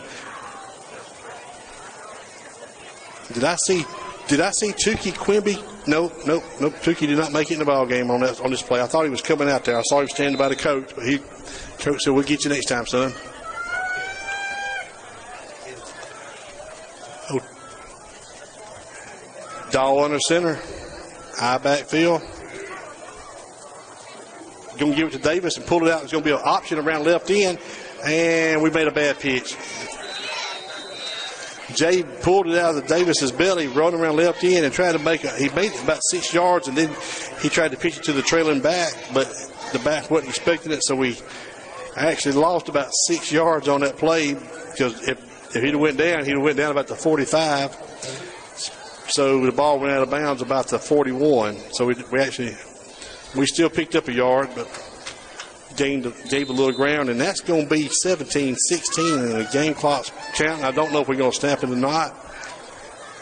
Dahl's under center. He's wanting to get one more in and putting a man in motion. It's going to be Campbell.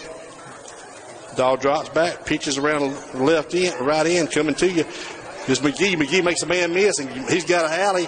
He's got a lane. He's a foot race, and he goes out of bounds about the 25-yard line. Got a flag at the 26-yard line.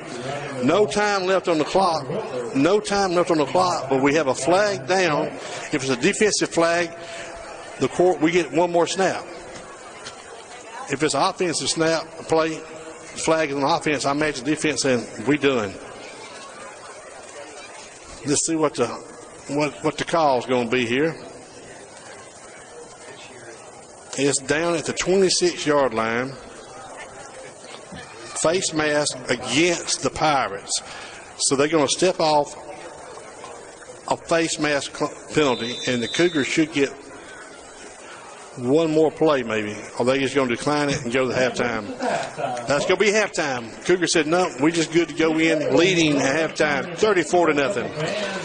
34-0 on the road, and here comes the Patrician Academy cheerleaders going out.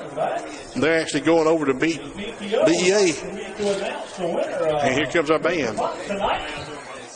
Eric Smith. I'm going to try my best to put the camera out.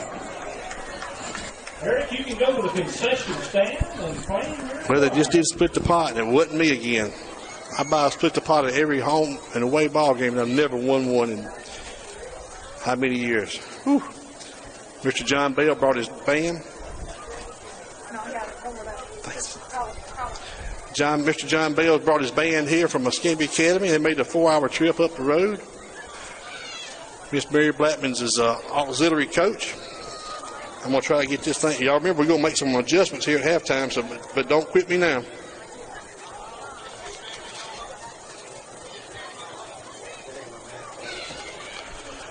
All right, we can't get center of the 50. This wall's in the way.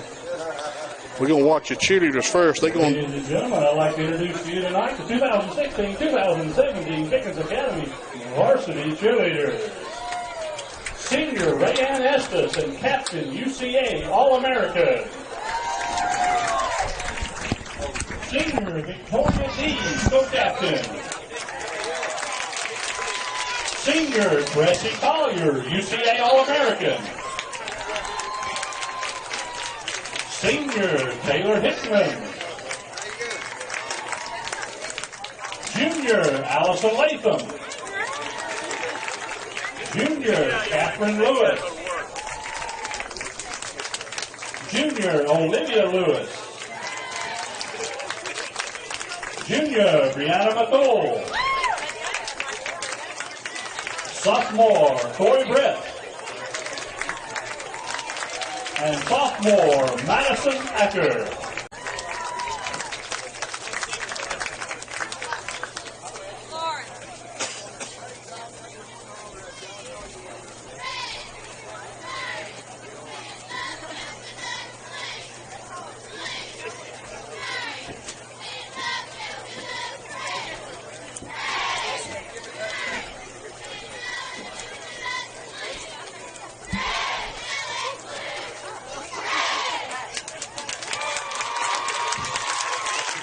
For the varsity cheerleaders, one more time. Varsity cheerleaders are from Pickens Academy. And here comes the Cougar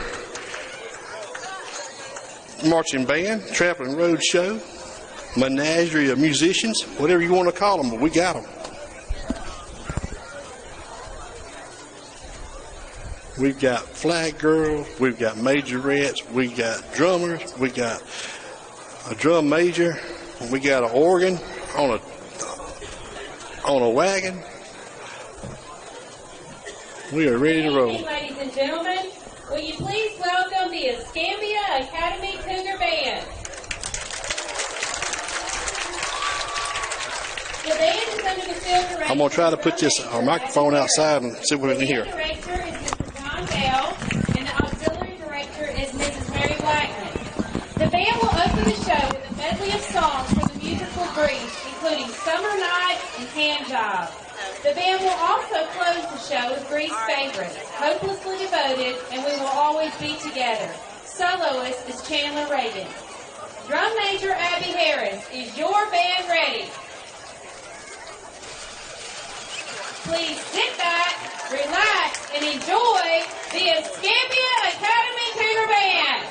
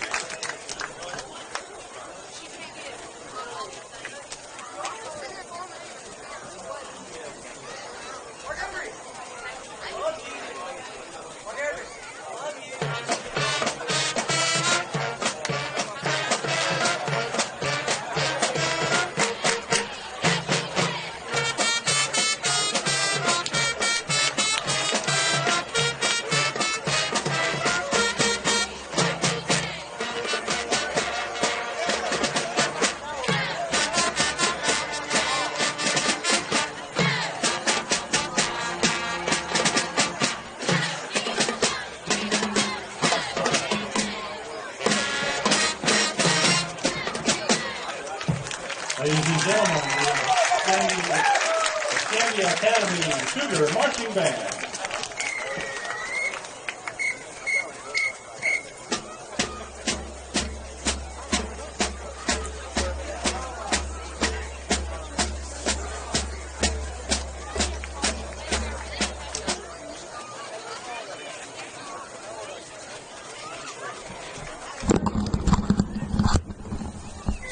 Bear with me, folks. We're going to make some technical adjustments here.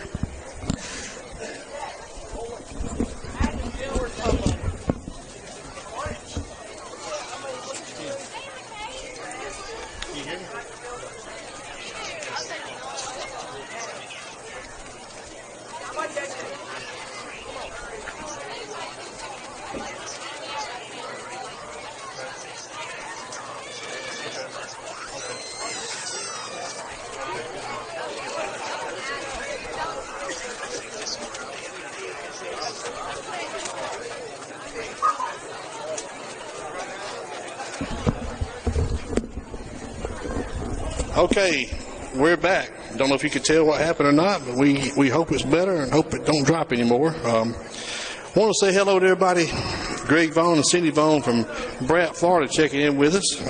I don't have a chat box tonight. Can't see anything, but if you got my cell phone, you want to text it, hey, I'll say hello to you.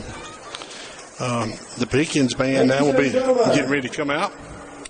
I'm waiting some scores to be coming in around the AISA. To the field tonight, the 2016 edition of the Marching Band.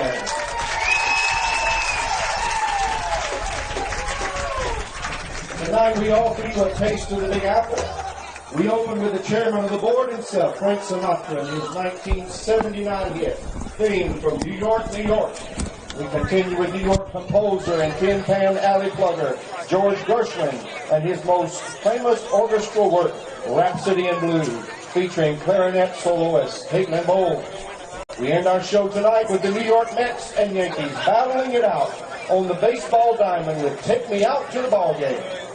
Now, ladies and gentlemen, sit back, relax, and enjoy the sights and sounds of the Pickens Academy Marching Power Band.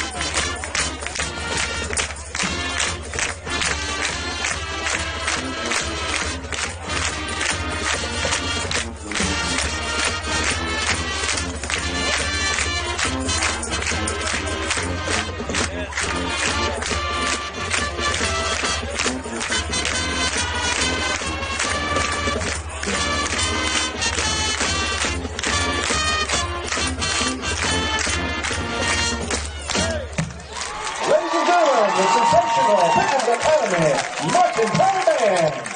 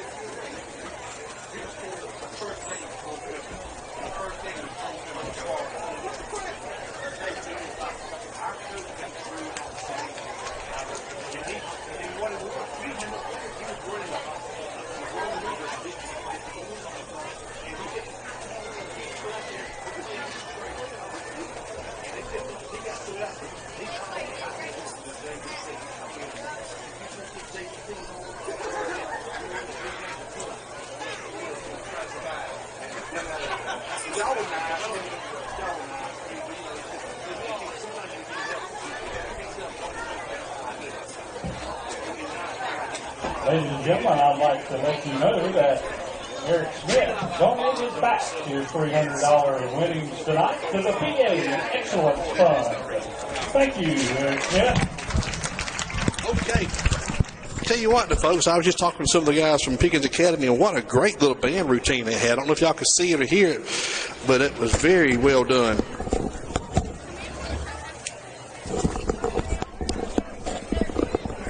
Let's see here. I got some scores in from around the state. Just a few reminders. The Athletic Booster Club is selling. Tony Edwards, Mr. Edwards, we were just talking about you starting the band. I was talking to some of the guys around the corner here, and Mr. Edwards was a driving force in getting this band started, and we thank you for watching.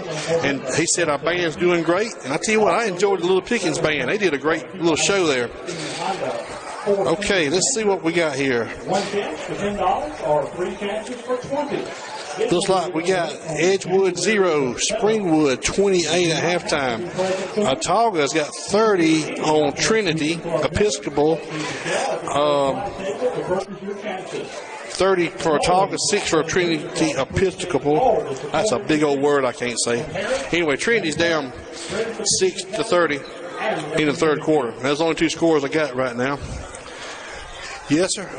The band adds a lot. It gives kids something to do. It gives some kids that's not a cheerleader or a football player or something to participate, and it's just good for the whole school. We appreciate PTO resources for a successful learning environment.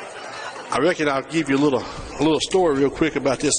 Pickens Academy, the last time we were here at Pickens Academy was in 2009. Matter of fact, one of our coaches, Jeff Price, was the quarterback for that team that year. That was the year of the Ophir, and it was homecoming here that night, and the Cougars had a down year that year. We didn't win a game. We saw every homecoming queen in the state. But this was a game that Coach Gibson was trying to explain to the referee over and over that we didn't have nobody else to put in a position. He kept saying you had the wrong number in the wrong position. You could only have certain numbers can only play certain positions. And Coach Gibson kept telling him, I don't have another person with that number. I don't have another body to put out there. So they asked Coach Gibson to go watch the game from the bus for the rest of the game. And so he asked a couple of us to come out of the stands and just run the JV score. Here comes the scores. Jackson Academy 13, Clark Prep 7. Wow.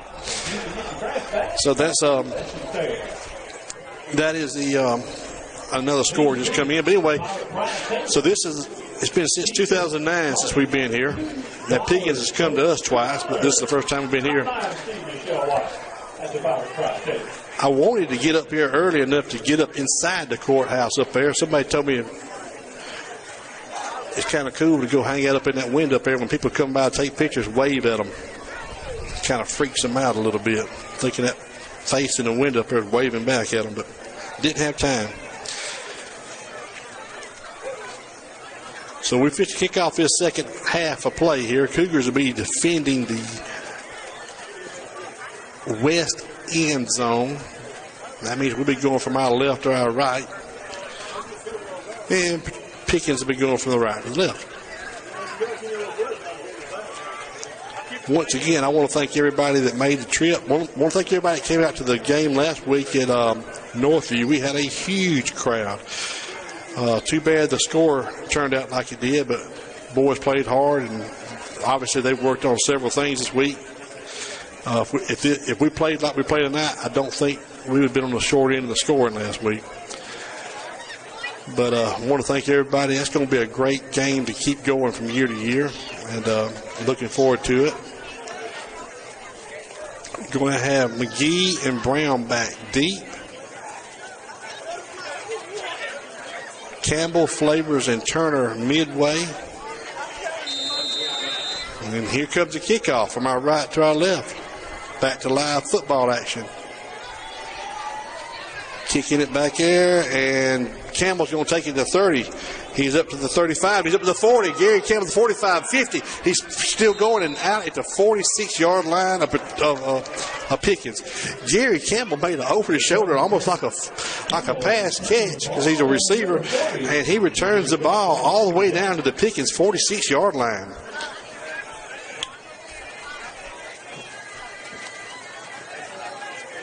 I swear it was like a flag over on about the 45-yard line. I wish they'd pick it up, because whatever it is, it's always in the way.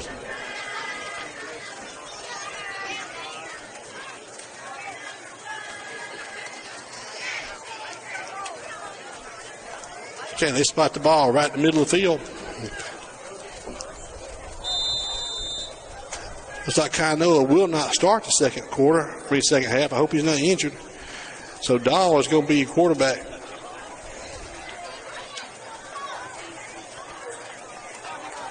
Dahl's under center. We've got wing backs to the right, putting one in motion. Toss to McGee around left end. He's got the edge. He got a first down and more. Down about a pickup of 15 down to about the 30-yard line.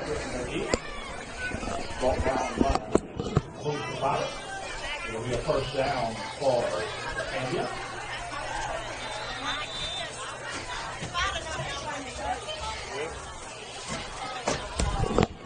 So here we go, 1st and 10 for the Cougars after about a 15-yard run by Pat McGee.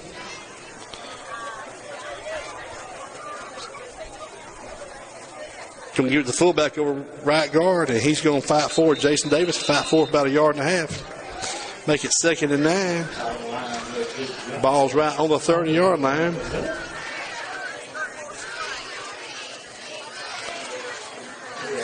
Paulo Gourmet checking in at fullback. Going to have, looks like Fred Flavors going to be dotting the I behind Dahl. Daniel split wide to the right. Campbell wide to the left. Quarterback's under center. 9.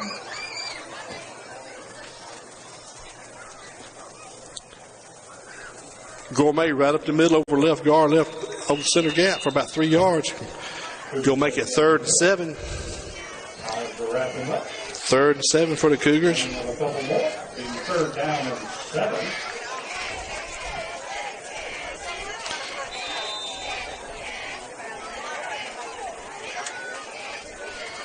So here we go. I formation. Toss around the left end. Got a little room. Got closed down. Fred had him a little speed going around the edge. Going to make it 4th and about 5. 4th and 5 from the Pirates' 27-yard line. 4th and 6. I'm sorry. Too close to punt. Too far to kick. Go for it, Coach. About 6 yards.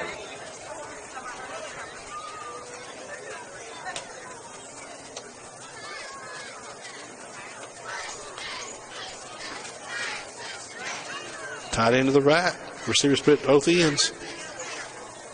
Counter play to right up the middle. There goes Turner. And there goes Flavors, I'm sorry. A 3 looks like an 8 sometimes. First down for Fred Flavors, down to about the 13-yard line. It was a counter play. And everybody took a step to the left, and they come back to the right with a pulling, and first down for the Cougars. Dahl rushes to the line of scrimmage. Quarterback checks with the back judge. Same play, straight dive ahead. Flavors just puts his head down and scoots under somebody. He's down to about the 7-yard line. Chain gang never even got set before Jabe got that play off. So 2nd and 5 from the 7. 2nd and 5 maybe from the 8. 9:15 left in the third quarter. Dahl's just taking his team, driving it straight down the middle of the field. Nothing fancy. Toss to the left side. Come Flavors. Flavors has got his angle. Flavors has his first down. Flavors got a touchdown. Put his hand on the ground and just dove in. Yes, he did. He got his first down, lowered his head, put his hand on the ground, kept his balance, and dove in the end zone from 8 yards out. So Cougars score with 9:01 in the third quarter left, and they score again.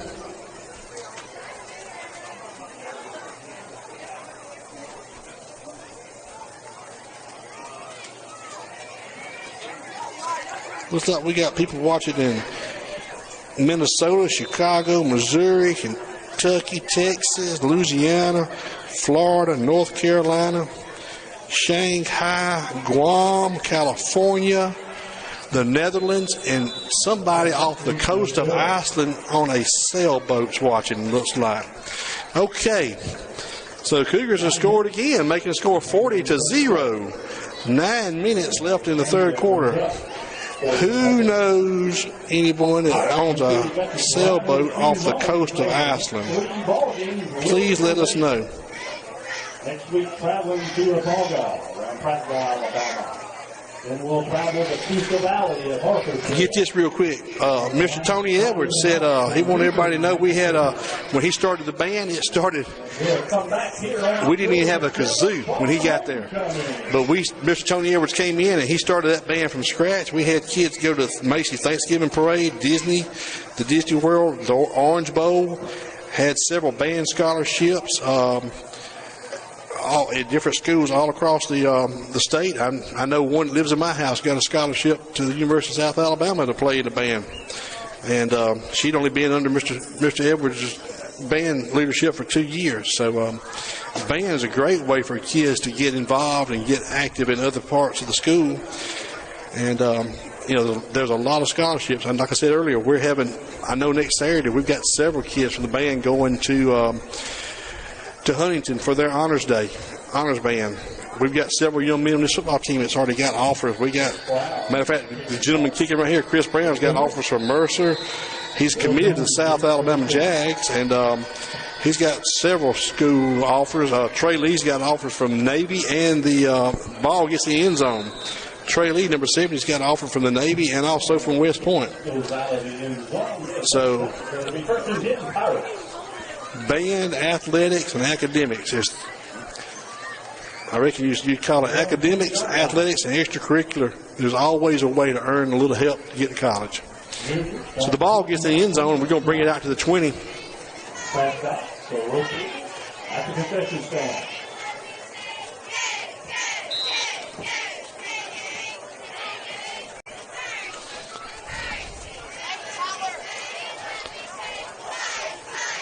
Just understand, Chris got an offer from the Army this week also, so did Trey Lee. So here we go. I formation for the Pirates. Give it second back through, and he meets a whole 6-pack of Cougars. He don't go down, but he don't go forward either.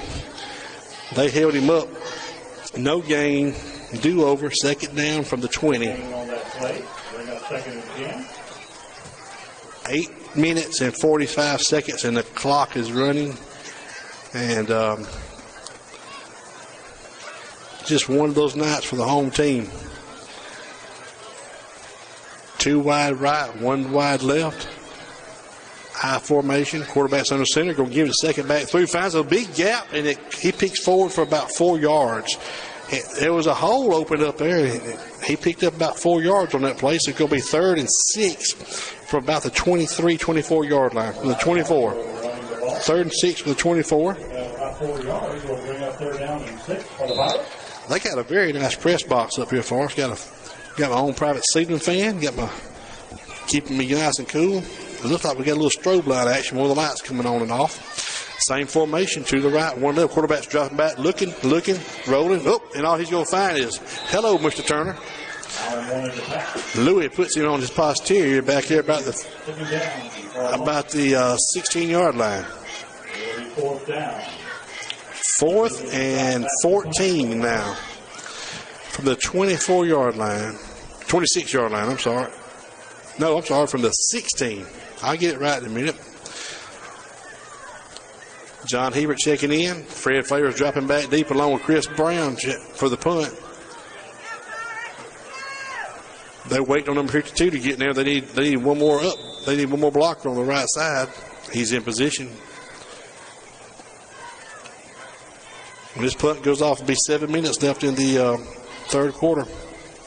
Snap, punt, and they got it. He's trying to kick it away, and Chris takes. Oh my goodness! And we got live action. Chris tried to catch the ball. He got knocked down. He picked it up, and we're still running. Chris is going to return this ball, and he's going to go down about the 20-yard line. But he got waylaid. I thought he was going to call for a fair catch, but he come running up, and the guy from Pickens just, almost decapitated him. Took it. He upended Chris, and the ball hit the ground. When Chris jumped up, he grabbed the ball and come to this side of the field. And I'm sorry we missed that. I was watching it and didn't move the camera. We've got a discussion out here. It's got to be against Pickens. Or at least one of them's got to be against Pickens. Anyway, the ball's on the 20-yard line after a return of about 25 yards. But Chris got just, he got hit. He's looking up for the ball, and they hit him before the ball got to him. Once again, we got another discussion with the white hat.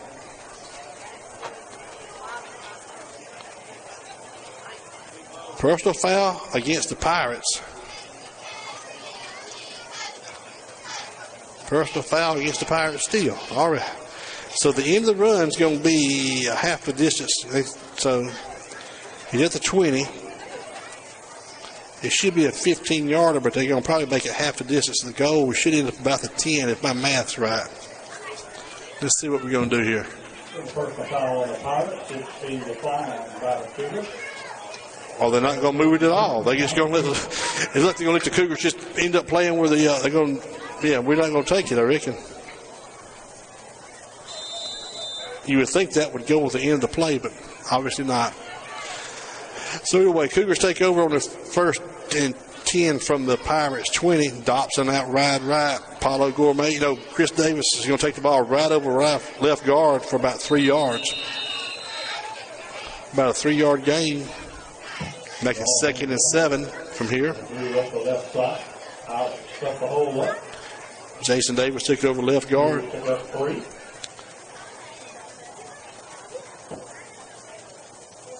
We have Gourmet coming in at fullback. Davis checking out. Daniels at wide left. David Dobson wide right. Split out here. Tony Williams be a tight end on the right side. I formation. Putting Williams in motion. Pitch around to McGee around left end. Trying to find the edge. Still leaning forward. And he's down to about what they going to call here. Where are they going to spot him? It was a toss pitch to the left side down to the 15-yard line. You'll make it 3rd and about 4. Long 4, short 5. Ball will be at the 15-yard line.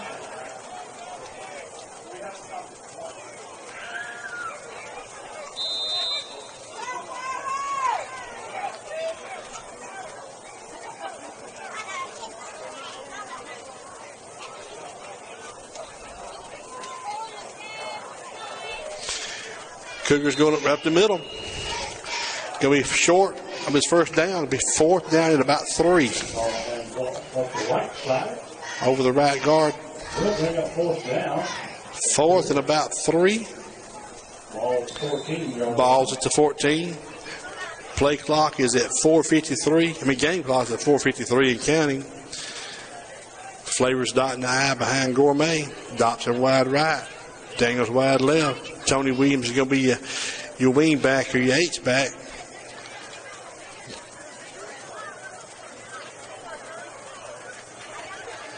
Dogs under center. 4th down. Got to pick up 3. Dogs going to give it right over left guard, right guard, and it's going to be stopped short. Flavors did not pick it up. He got to about the 12. He needed to get to about the 10. So Pirates take over after the Cougars come up short on that drive.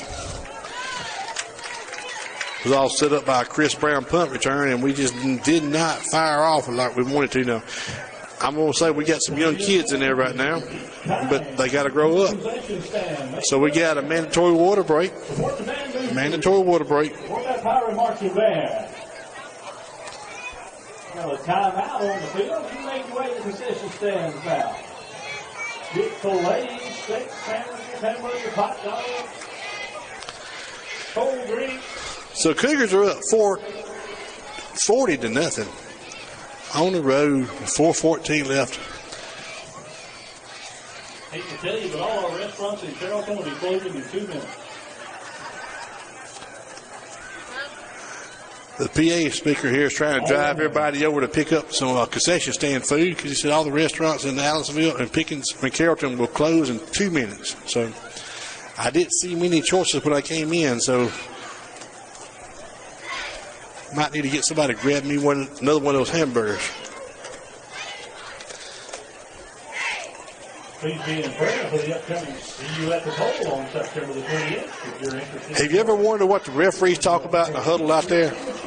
I don't know if they're talking about, okay, who bought the gas and who's going to buy the food tonight, or who's driving next week, or, they talk about the game, they talk about a call that somebody made or somebody missed, or they talk about what they're going to do tomorrow.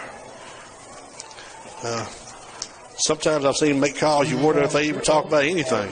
But this crew's done a good job, and they get together. I don't mind a crew of referees stopping, even slowing the game down to get together to get the call right. And they talk it out, make sure they're right, and you'd much rather have that than somebody making a knee-jerk reaction and just decide to do something and go one way or another. Okay, here we go. We got one receiver wide left, 2 wide right. Going the old veer again. Quarterback's under center of the veer formation. Backs up against the goal line. Quarterback's dropping back, looking, flating out here, and he makes a great, intercepted. Yes, it was. There goes Fred. Yes, he does. I thought he was going to make a great catch. He had it on his fingertips, and I thought he was going to secure it, but he just couldn't hold it. And when it dropped, Fred Flavors just run by and said, "I'll take that, sir." And he does. So he goes in from about the 12-yard line. The ball was snapped to the 12. Fred probably took it off that other guy's hand about the 20. So 20 yards later, Fred Flavors standing in the end zone on an interception. 46-0, and here comes David Dobson out to kick for us again. Let's see if he topped the last one. Let's see if he can get under this one. I'm sure he can. Waiting on a snap. There's a snap, spot, and David puts it up, and he puts it wide right. He kicked it really deep this time, but it just barely missed the right upright. So Cougars are up 46-0 on the road with 4:04 left in the third quarter. That touchdown comes courtesy of an interception from Fred Flavors off the fingertips of one of the Pickens Pirates. It's volleyball. It's off again on Monday as Kingwood comes to Pickens Academy. JV plays in 4. The varsity will follow. You're going to start seeing a bunch of young players go in the game now. So y'all bear with me. If I don't know the numbers, I can't find them. Some of these numbers don't match up to the roster we have. Then on the 14th, volleyball goes to Marengo. Again, a 4 o'clock start. JV first, varsity to follow. Week from tonight, we travel down to the Brattville area to play Autauga Academy. We'll have the next 3 weeks on the road. Come home for homecoming on October the 7th. Southern comes to pass.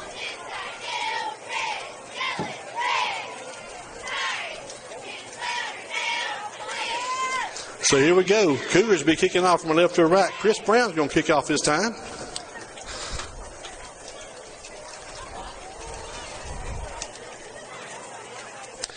Like I said, a lot of these, I'm going to call numbers if I can because names don't match up to some of the rosters we got.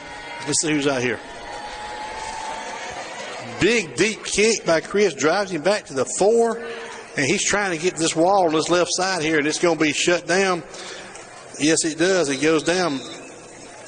25. Who's number 25? Don't know who 25 is, but he came down. A young man made a great stop right there.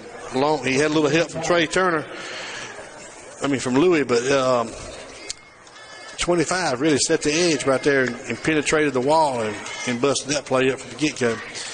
Thought we're going to bring in Gary Campbell to play safety over the top. I don't know if he's injured or just taking a break, but I hadn't seen him in the second half at all.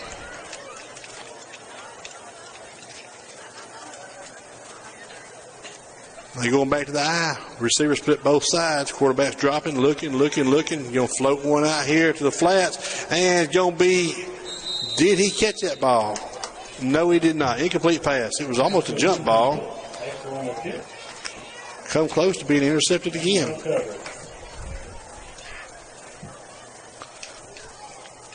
I'll try to do better with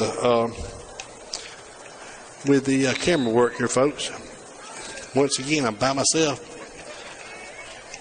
And just so here we go. High backfield. 2 receivers to the left this time. 1 to the right. Slot receiver to the left. Quarterback dropping, looking over to the left. And picked up by Campbell. He's in the 30, 25, 20, 15, and driven out of bounds probably about the 14-yard line. Campbell back here, all 6'3". I've been playing center field, and he just picked that one off. He cut it off, and it was the guy looked open, but Gary playing safety just moved over there, stretched out, caught it, and made a great interception return down to the 14-yard line. And I'm going to just tell you, Pickens, they about cashed it in now. They're walking. They're not wanting to they want this thing over. With 3:32 left in the third quarter, and he can't end fast enough for them or me either right now. Penalty after the play. Looks like you're going to walk it against the Cougars. I don't know if it was a personal foul. We'll see what the white hat says here, but they're backing it up 10 yards. Must have been a block in the back.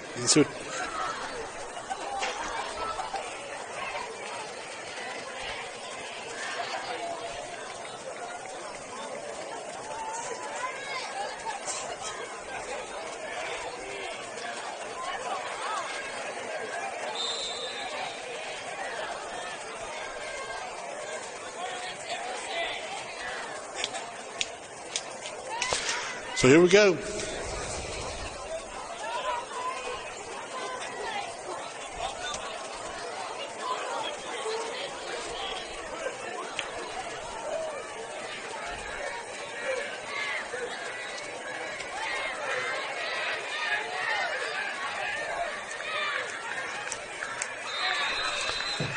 So Cougars take the ball down all the way.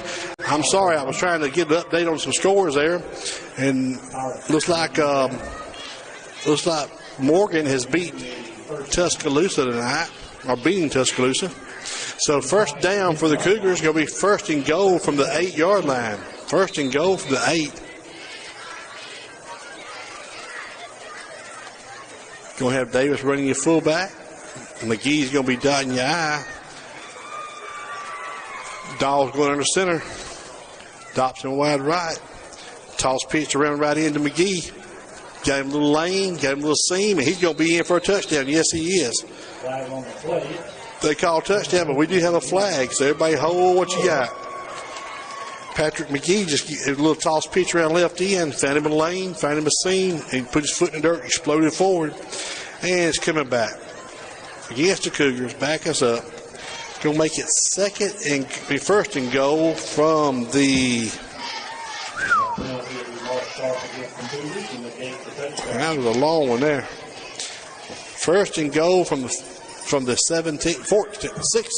from the 16, excuse me. And then 5 is 20.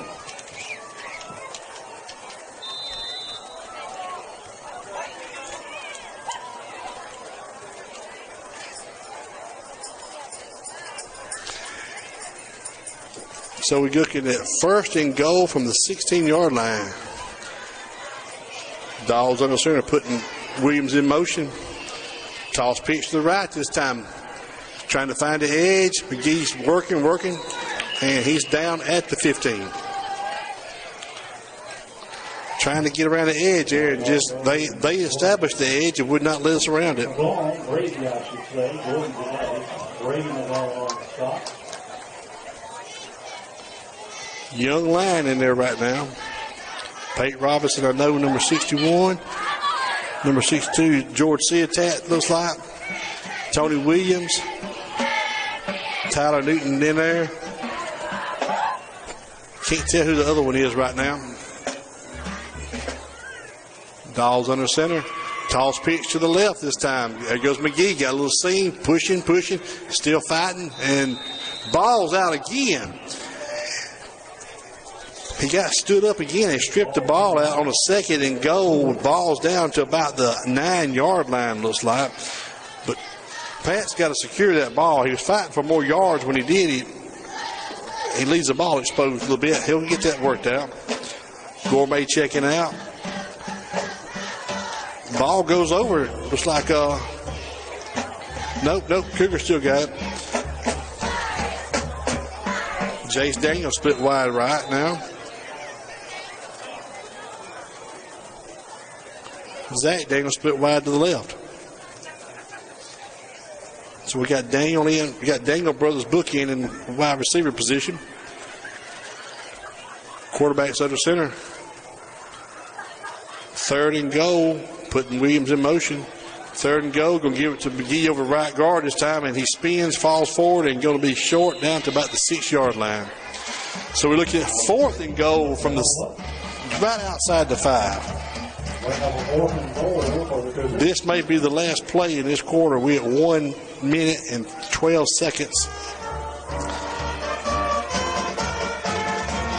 White Hats counting. Quarterbacks are still waiting on the play. So we're looking at fourth and goal from just outside the 5.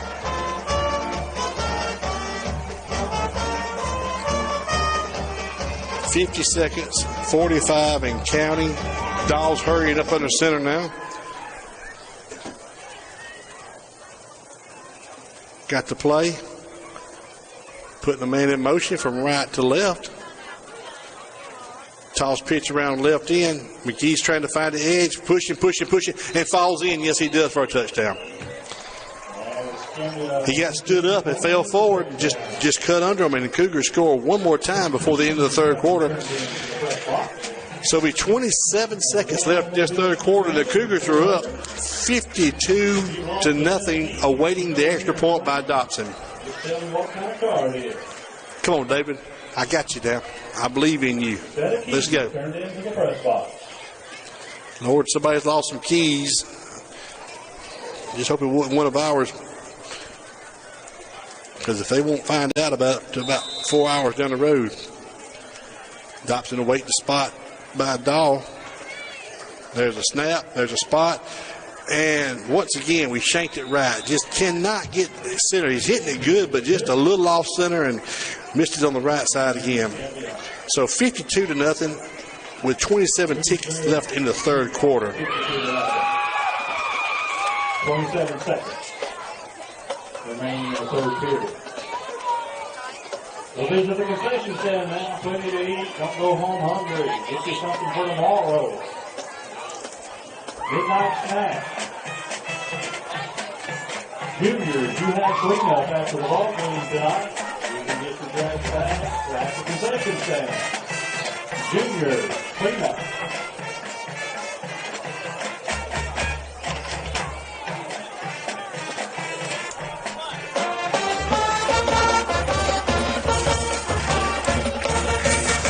So here we go, 27 seconds left. Chris Brown be kicking from our left to our right.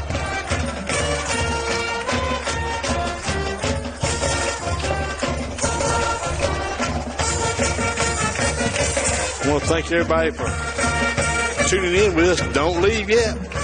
We got a whole other quarter. You never guess what may happen or what I may say that may cause a ruckus. So you want to say you was there when you saw it and heard it. Big kick by Chris. Going to be taken at the 3-yard line. Trying to work up that right side and be out of bounds about the 23-yard line.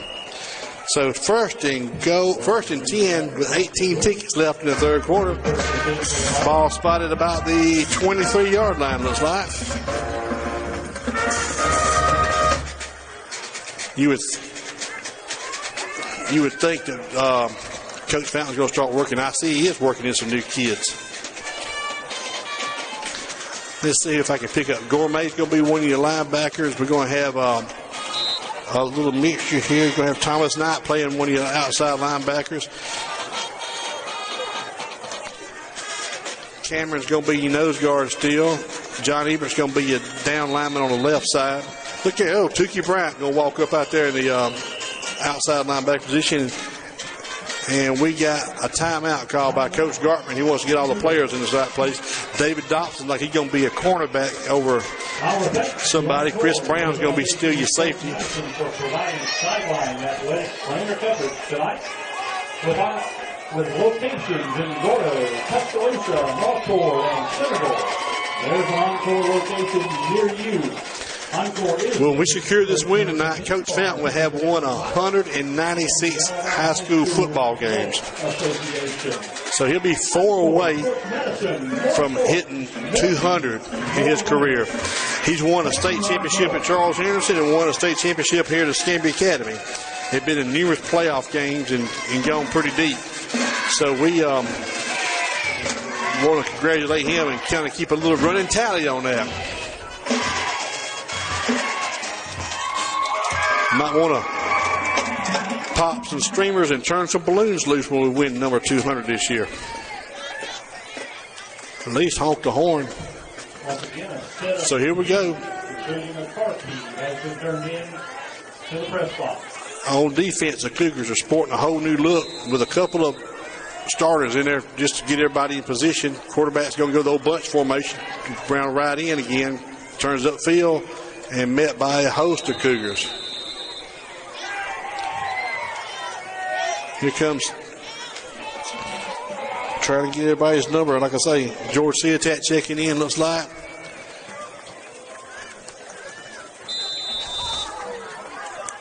Tyler Newton just got in there. So that's the end of the fourth quarter. The Cougars are up on the road 52-0.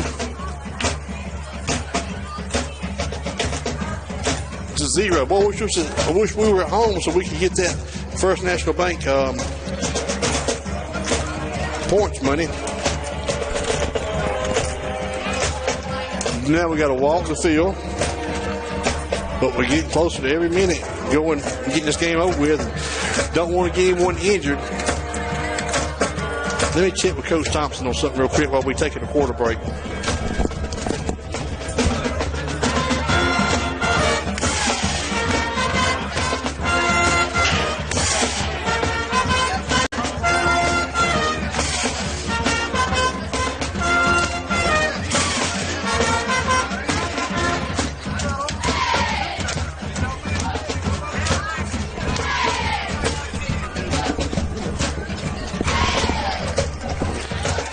Boy, the band here at Pickens is doing a good job. Their band director is actually an alumni from here at Pickens, and he does this to help them out. He does a good job. Some of the majorettes are doing double duty tonight.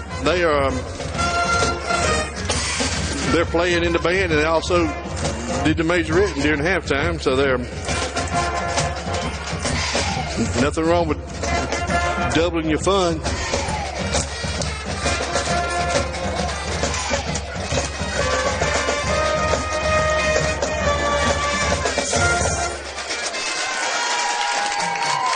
Band's doing a little something on the other side there. So I know y'all probably can't hear them, but They working it over. Our flag corps, majorettes, and dance team getting after it. JV dance team that.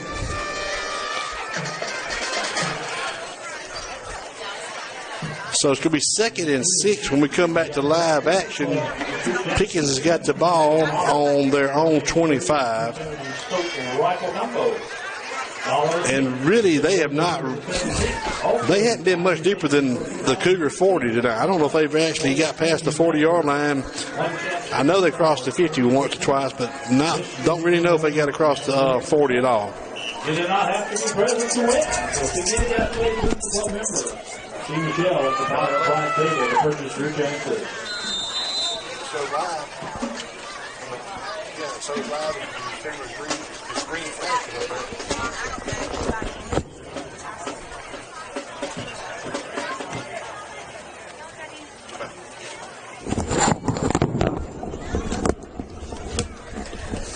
Bunch formation to the right, but they're going to run it to the left. And he picks up about 2-3 yards.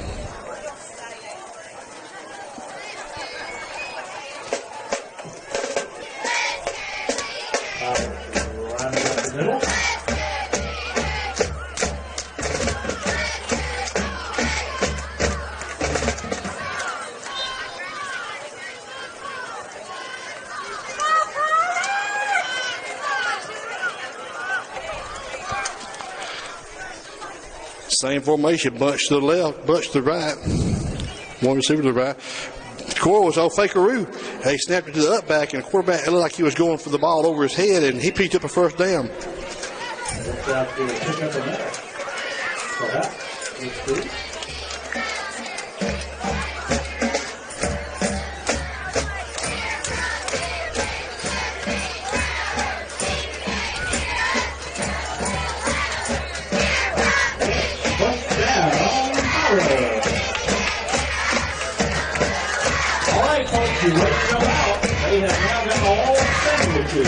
So first down for the Pirates. Thank you, Cindy Bone. I was trying to work on something. Appreciate the heads up there. And same play, same snap, but he fumbled it and he picked it up and he's still fighting forward for about he might have got back to the line of scrimmage. What they're doing, they snapping it to the up back, and the quarterback is throwing his hands up like the ball's going over his head. So it's going to be 2nd and 9. The ball's just outside the 36-yard line. The 35, it's right on the 35. Nope, actually, it's at the 34. So it's going to be 2nd and 9 from the 34. All sandwiches are half price at the concession stand. Ooh, sandwiches are half price. All right, here we go. Same formation. They bunch him to the right. Let's see if they're going to snap it to the up back. Nope, he's snapping to the quarterback. He drops the ball. Look at here. Daniels, Dobson, and down the sideline he goes. He snapped. He put the ball on the ground, and I think that's Bale, number 25. I'm not for certain, but I think that's. I can't tell. I'm just calling numbers. You know who they belong to. 21 and 25 was on that play, along with 45. Now 45, I know, is Tony Williams.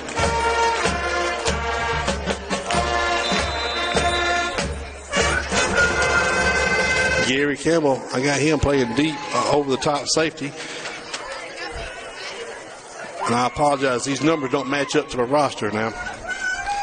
So same formation. Quarterback's going to roll. He's looking, trying to set up a screen out here. Gary, you got you another one. Yes, he does. Gary Campbell picks his pocket. He's down to the 30. He's out of bounds at the 27-yard line. Gary Campbell read that thing like a dime store novel. And he saw it. He broke his foot and just took it away from the young man. So Gary Campbell takes it down to the 27-yard line.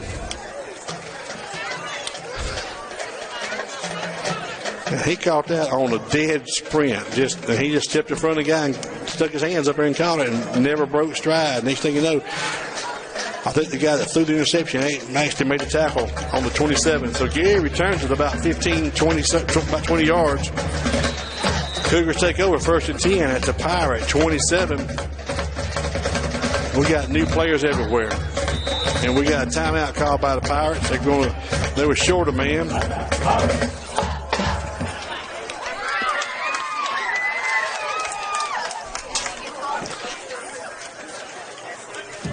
So when we come back, we got 9 minutes and 20 seconds left. The Cougars are up on the road 52-0. Well, I'd love to have just about a fifth of these points last week, and we'd have won that ball game. Tell you what, everybody at Pickens has been real nice this afternoon. We got here and talked to some of the people up here. Bought a ticket on a four-wheeler they're going to give away as a drawing. And as a matter of fact, the principal's wife asked me about buying one of our 30 for 30 gun tickets. Her husband wanted to buy one this year, he said. So I will get his name and number, and then we put that plug in there. Y'all know what's coming over the end of February. We'll be having our annual fundraiser, 30 guns in 30 days. And I tell you what, if you want to buy a ticket, you need to get one quickly because we only sell 2,000 and they go quick. The quality of guns is even going to be better this year. And remember, if you win one of the 30 drawings, you are automatically in a drawing for our gun safe. So you got a 1 in 30 chance to win that.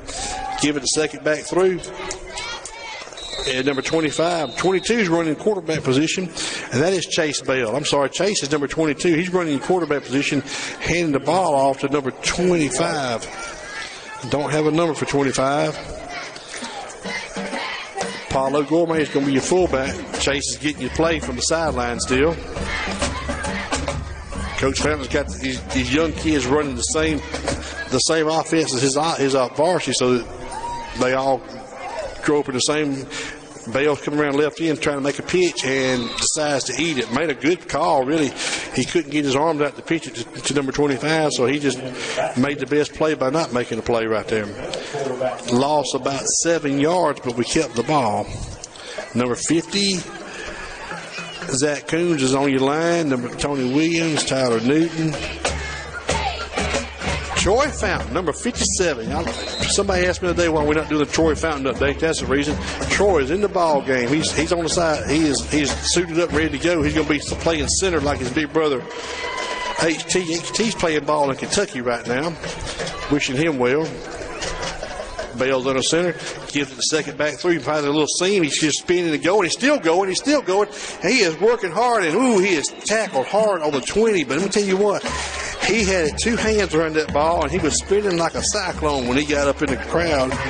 So now he's down to 4th, and he's making it, it's 4th and a long 2. 4th and long 2. Let's hit that again. It worked again. Same formation, same people. Moving Paulo up a little tighter.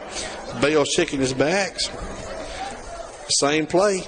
And this time he's going to be short, probably a yard. He got tackled by the ankles in that pile. And so the ball did not quite, had to get to the 18, and he got to the 19. So the Pirates take over on a 4th down stop right there.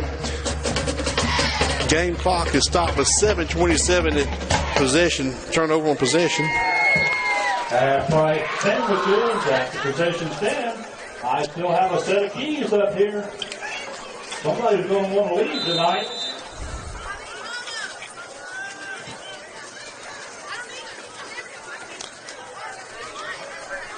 So here we go. Back on defense again.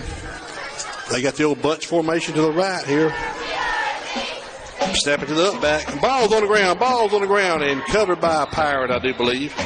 They snapped it up back, and somebody made that tackle. When they did, the ball got punched out. I think that was old Brian Clemby made that tackle.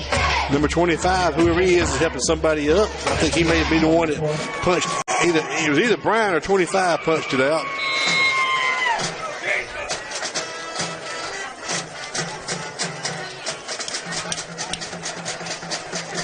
Got 3 down linemen, 4 linebackers. The backers walk up almost like tight ends. Bunch formation to the right again.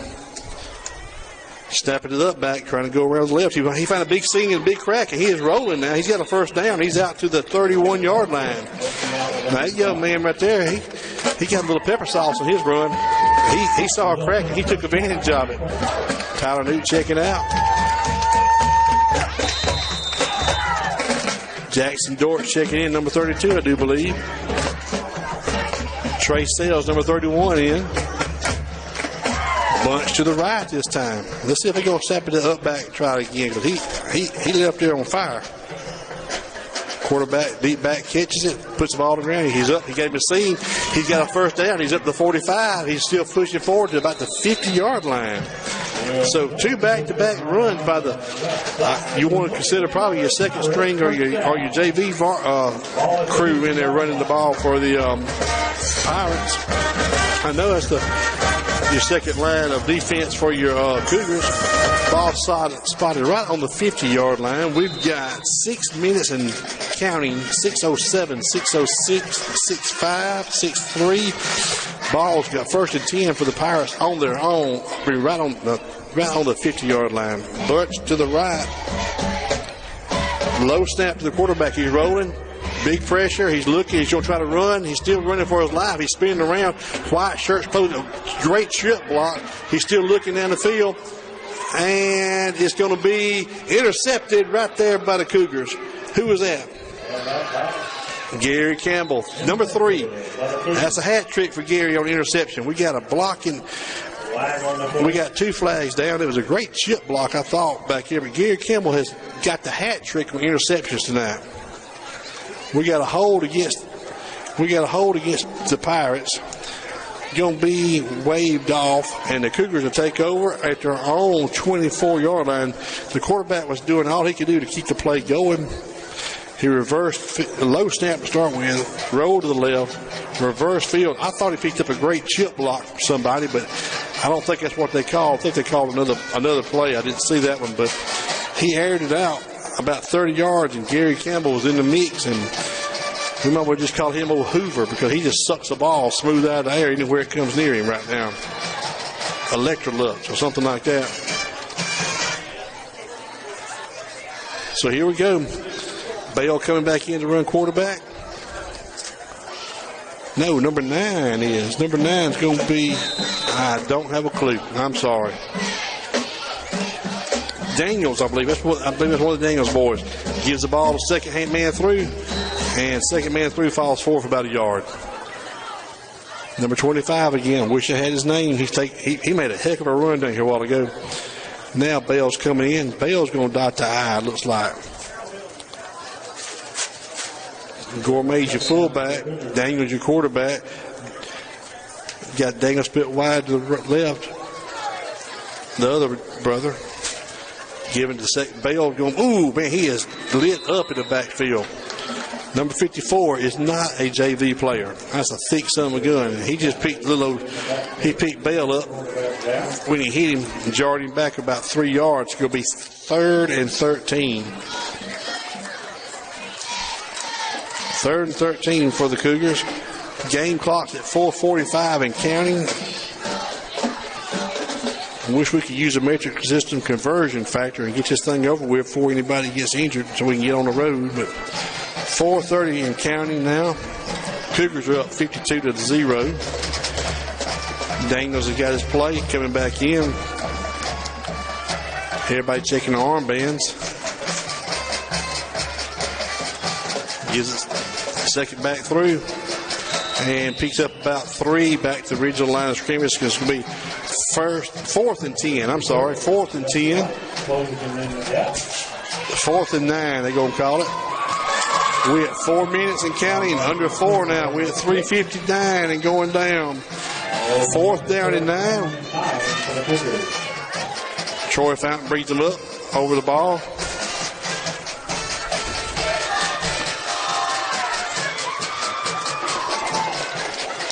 Coach is getting the time. He's teaching these kids, hey, just nip it with the play clock down and then start running the play with about 7 seconds left. Nope, we're going to call timeout.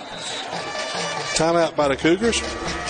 Coach Fountain got the play clock down, the game clock down to 3:31 and timeout trying to get the right play here for a 4th down play. Remember, you have cleanup tonight. Juniors #, located at the concession stand.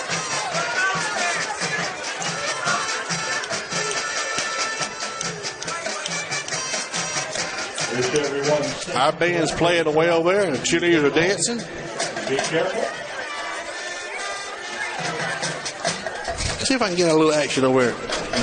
Auxiliary bunch. Will be on the road next week out of August.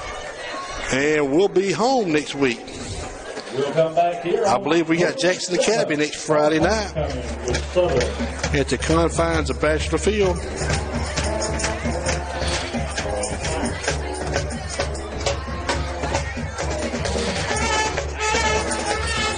According to Broadcast Central, we've had 445 people check in and watch us tonight. Like I said, we've had some viewers from all over the world.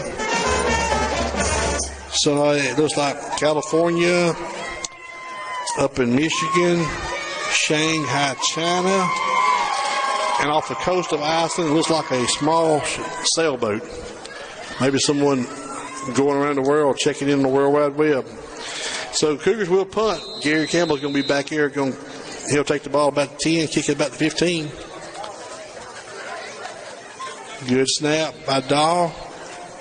Oh, beautiful punt by Campbell. Drives him back, fair catch at the 40. So Cougars will come out for another defensive stand with 3:23 left in the ball game. Pirates take over on their own 45-yard line. And here come our defensive players.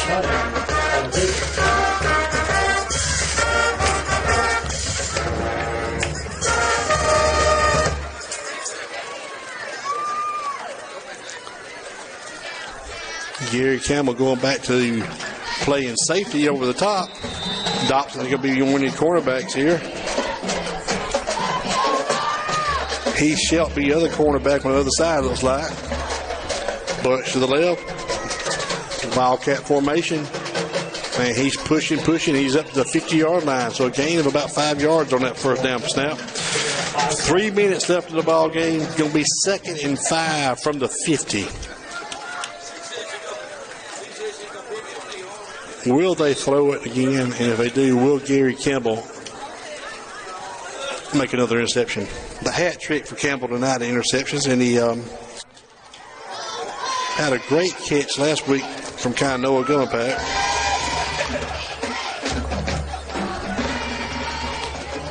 So here we go. Right down the middle here.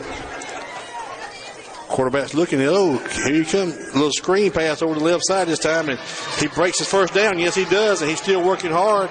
He is still pushing, running, is still going, and he is down to about the 22-yard line on a screen pass. So good run by the Pirates from Pickens down to the 22. And that leaves us 2 minutes and 22 seconds left in the ball game, and they got 1st and 10 at the Escambia 22. He kind of sent everybody to the right. He rolled to the right a step and threw back to the left, and had a back over in a little screen pass, and he caught another gear and run over somebody. And he's finally brought down. So we're looking, when this play snapped, it'll be about right at 2 minutes left of the clock. The clock is running, and we are at 2:10. 2-5, coming to the right this time. Got the edge. He's got his first down, and he is still working, and he's out of bounds about the 5-yard line. Boy, if he can push one in right here, we want to pitch a shutout right here. 1:59, the game clock stops due to the first down and doing to run out of bounds. So 1st and goal from the 5.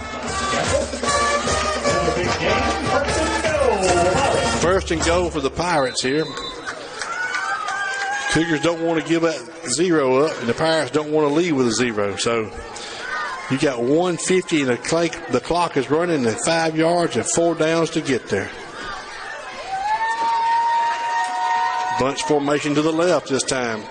Cougars are adjusting. Snap to the up back, and he's going to be pushing, and he will be in for a touchdown, looks like. Yes, he does. 5 yards out, the up back. Takes it over left guard, and they score. Making a score right now. 1:30 left in the ball game. 6-52.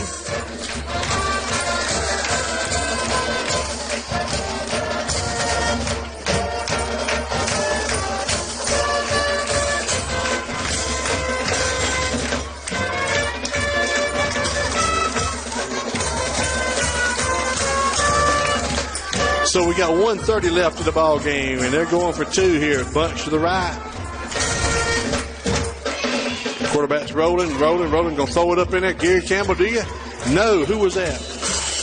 David Dobson comes in and almost picked it off, but he stopped the 2-point conversion by knocking it down. Good for David. David probably kept Gary Campbell from catching an interception. So, but Gary was moving towards it, but David beat him to it and slapped it down. So that stops the threat of a 2-point conversion. Score being 6-52. Cougars are up on the road with 1 minute and 30 seconds left in the ball game. So here comes the kickoff down. Located at the concession stand. I did find out Kainoa had a little back spasm, so Coach Fountain and them decided to just let his back rest. Nothing, no major injury, but just a little tight in the back. So they decided to let him sit the second quarter out. And Jabe Dahl done a fine job taking us home. And then we've had Chase Bell and one of the Daniels boys, I believe it was Jace Daniels, run quarterback. So everybody got a little experience tonight, a little time.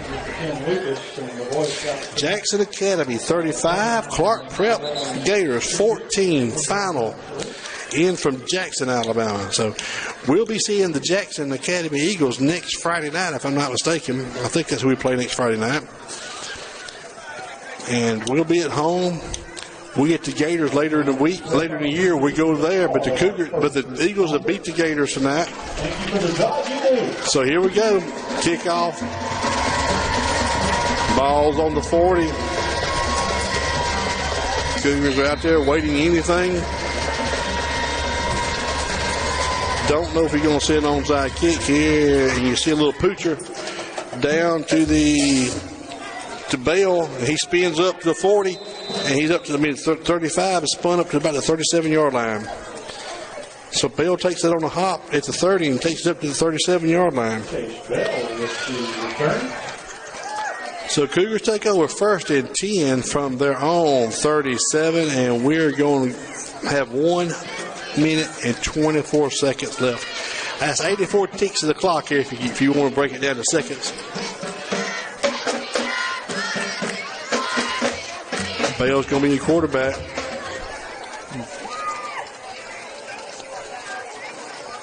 Looks like we got that Bryant Quimby dotting the I behind Paulo Gourmet. Oh, JJ want to watch this. If I give the ball to Bryant, she's going to watch it anyway. And Bryant takes the ball over right guard, makes a little man miss. Still pushing. About a 5-yard gain on that play, up to about the 41-yard line. So 107 and counting. Oh, Tukey Bryant takes the ball right up the middle. Number 25 comes in. Going to dot the I.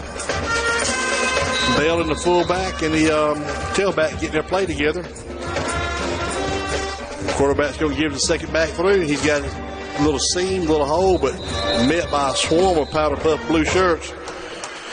And it's going to be 3rd down and about 4.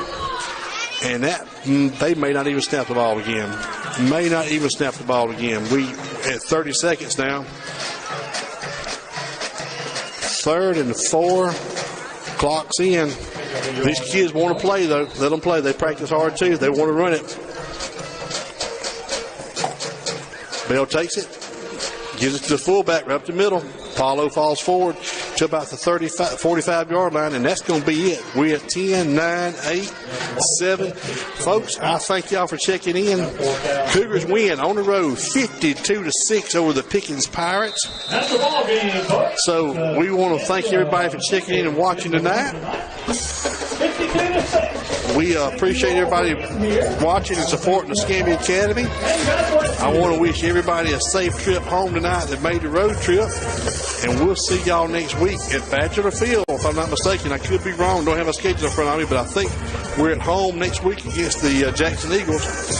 But anyway, if we're home, come watch us. If we're away, if you can't make the trip, check in with us again. So Cougars win one more time, 52-6 on the road from Carrollton, Alabama. This is Blaine Chastain thanking Tim Dorr and Paul Ditto Gourmet for getting us up and kicking like a chicken. And we appreciate y'all. Thanks. Out of here.